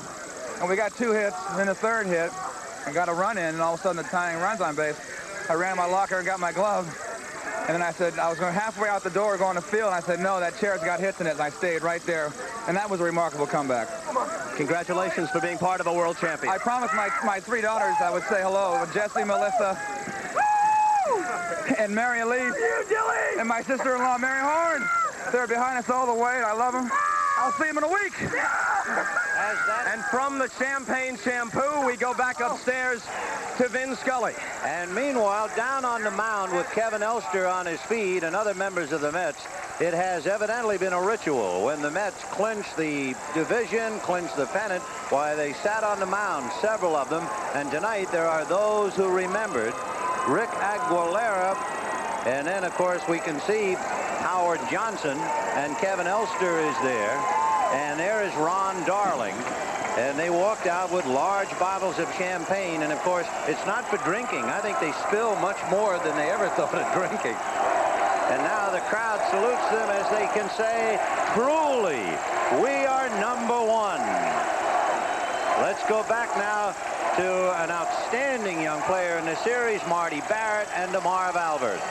Thank you, Vin. And Marty Barrett personally had a sensational series. But, Marty, as you take a look at what is taking place in the Met locker room and down on the field, as we just saw, what goes through your mind? Well, I know right how they're feeling. You know, we were there when we came back on the Angels the same way they came back on us Saturday, and we came back and won it. And what can I say? They got the hits when they had to. Tonight they were down 3-0. They didn't give up, and they're a great ball club, and it's just a great finish to a great year for them. Red Sox 1 strike away from winning it all Saturday night. How much does that hurt? Well, it hurts. It hurts a lot, and I'm sure 2 weeks from now we're really going to be hurting and really think about how unbelievable that was. But, you know, it's funny. What goes around comes around, and I just didn't think it'd come around this quick. But we did the same thing against the Angels, but, you know, what can we say? If you fellas could do one thing differently, if you could do it over, what would that be? Probably get that last out Saturday night. I don't know. We played awful good ball. We played, you know, we were supposed to people thought we were going to lose this in 4 or 5 games. They picked us 5th at the start of the season. We got a great ball club, and we can all go back home for 2 weeks and relax, and then we got to start hitting the weights and start working out and go hard for next year.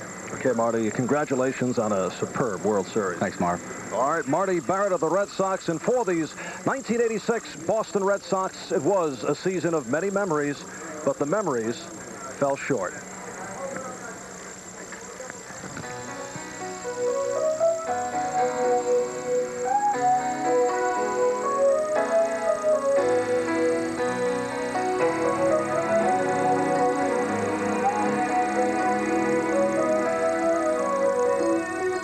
All my memories are safely packed, and my dreams are neatly folded away. I've got nothing to show that I came very close to a love that might have worked out okay. All the tables and chairs, they stand empty and bare, and there isn't any sign you were here.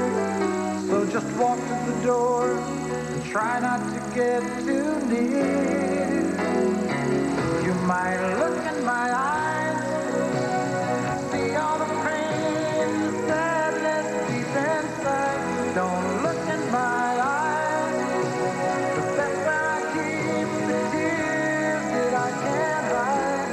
If you just go, it'll be alright. I know I'll get through the night, and I'll even smile as we say our goodbye. Just don't look in my eyes.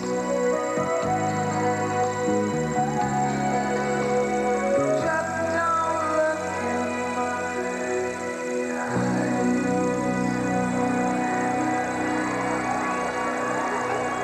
Hey, Wade. Hey, John. Hey, Bruce. Hey, Calvin. Hey, Boston. Hold your head up. You gave it your best shot and came up a buck short. We'll be right back.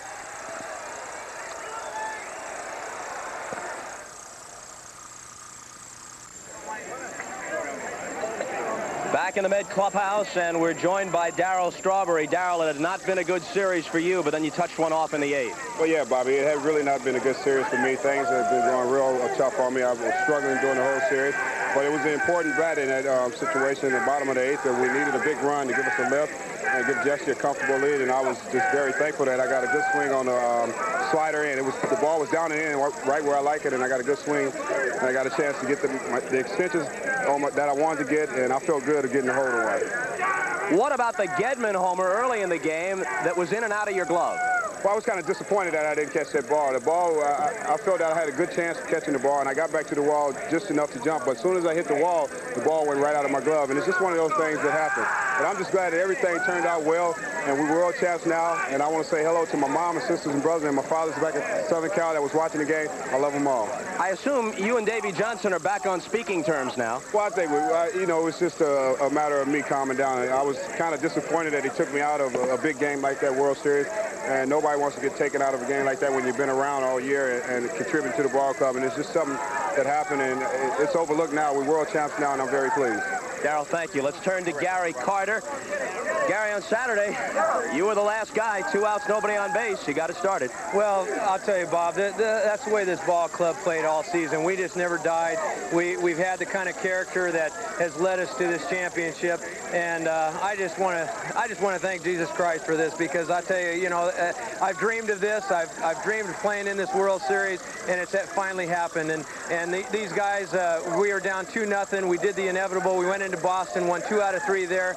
We came back home, and we won the 2 here. And Bob, it's the greatest feeling in the world. These guys just never stopped, and I'm just so happy that I was able to help contribute. The point about toughness and character is well taken, because you made a shambles of the Eastern Division race, and everybody said they haven't been tested. They need a crucible to prove themselves, and you did against the Astros and Red Sox. Well, there's no question. I give a lot of credit to that Astro ball club. They were very, very tough against us.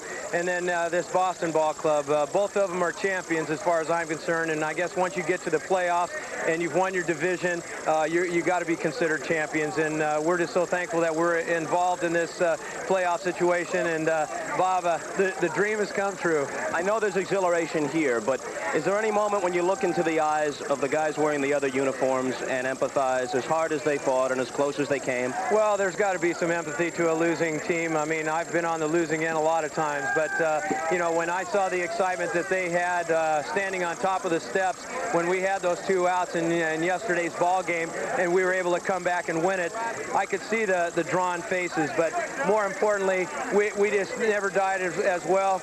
I give them a lot of credit and all, but it just wasn't meant to be for us, Bob. I'm just so thankful. Congratulations, Thank Gary. you very much. Okay. A moment ago, we paid tribute to the Boston Red Sox and their gallant fight. Now it's time to pay tribute to the world champions for 1986, the New York Mets.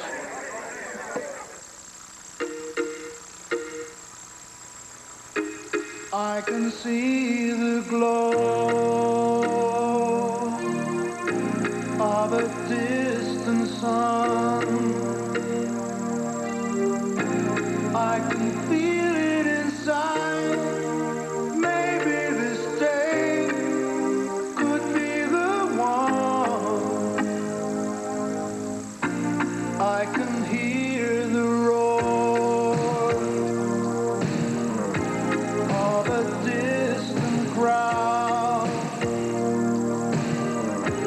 They are waiting for me, calling my name, shouting out loud.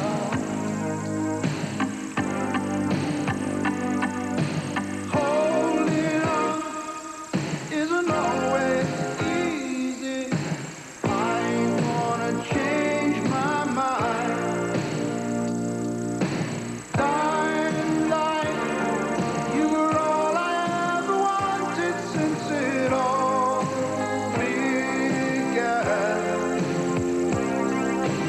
Dying light, shining on me, telling the world who I am. Dying light, don't let me slip right through your fingers. There's a long way to fall. Maybe the road's not easy. Maybe the prize is small.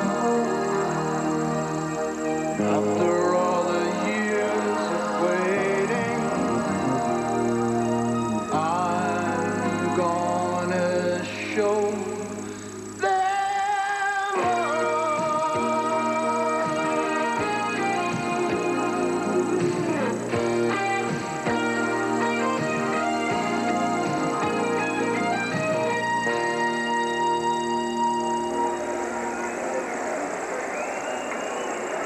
And so it turned out to be the best of times for New York and the worst of times for Boston.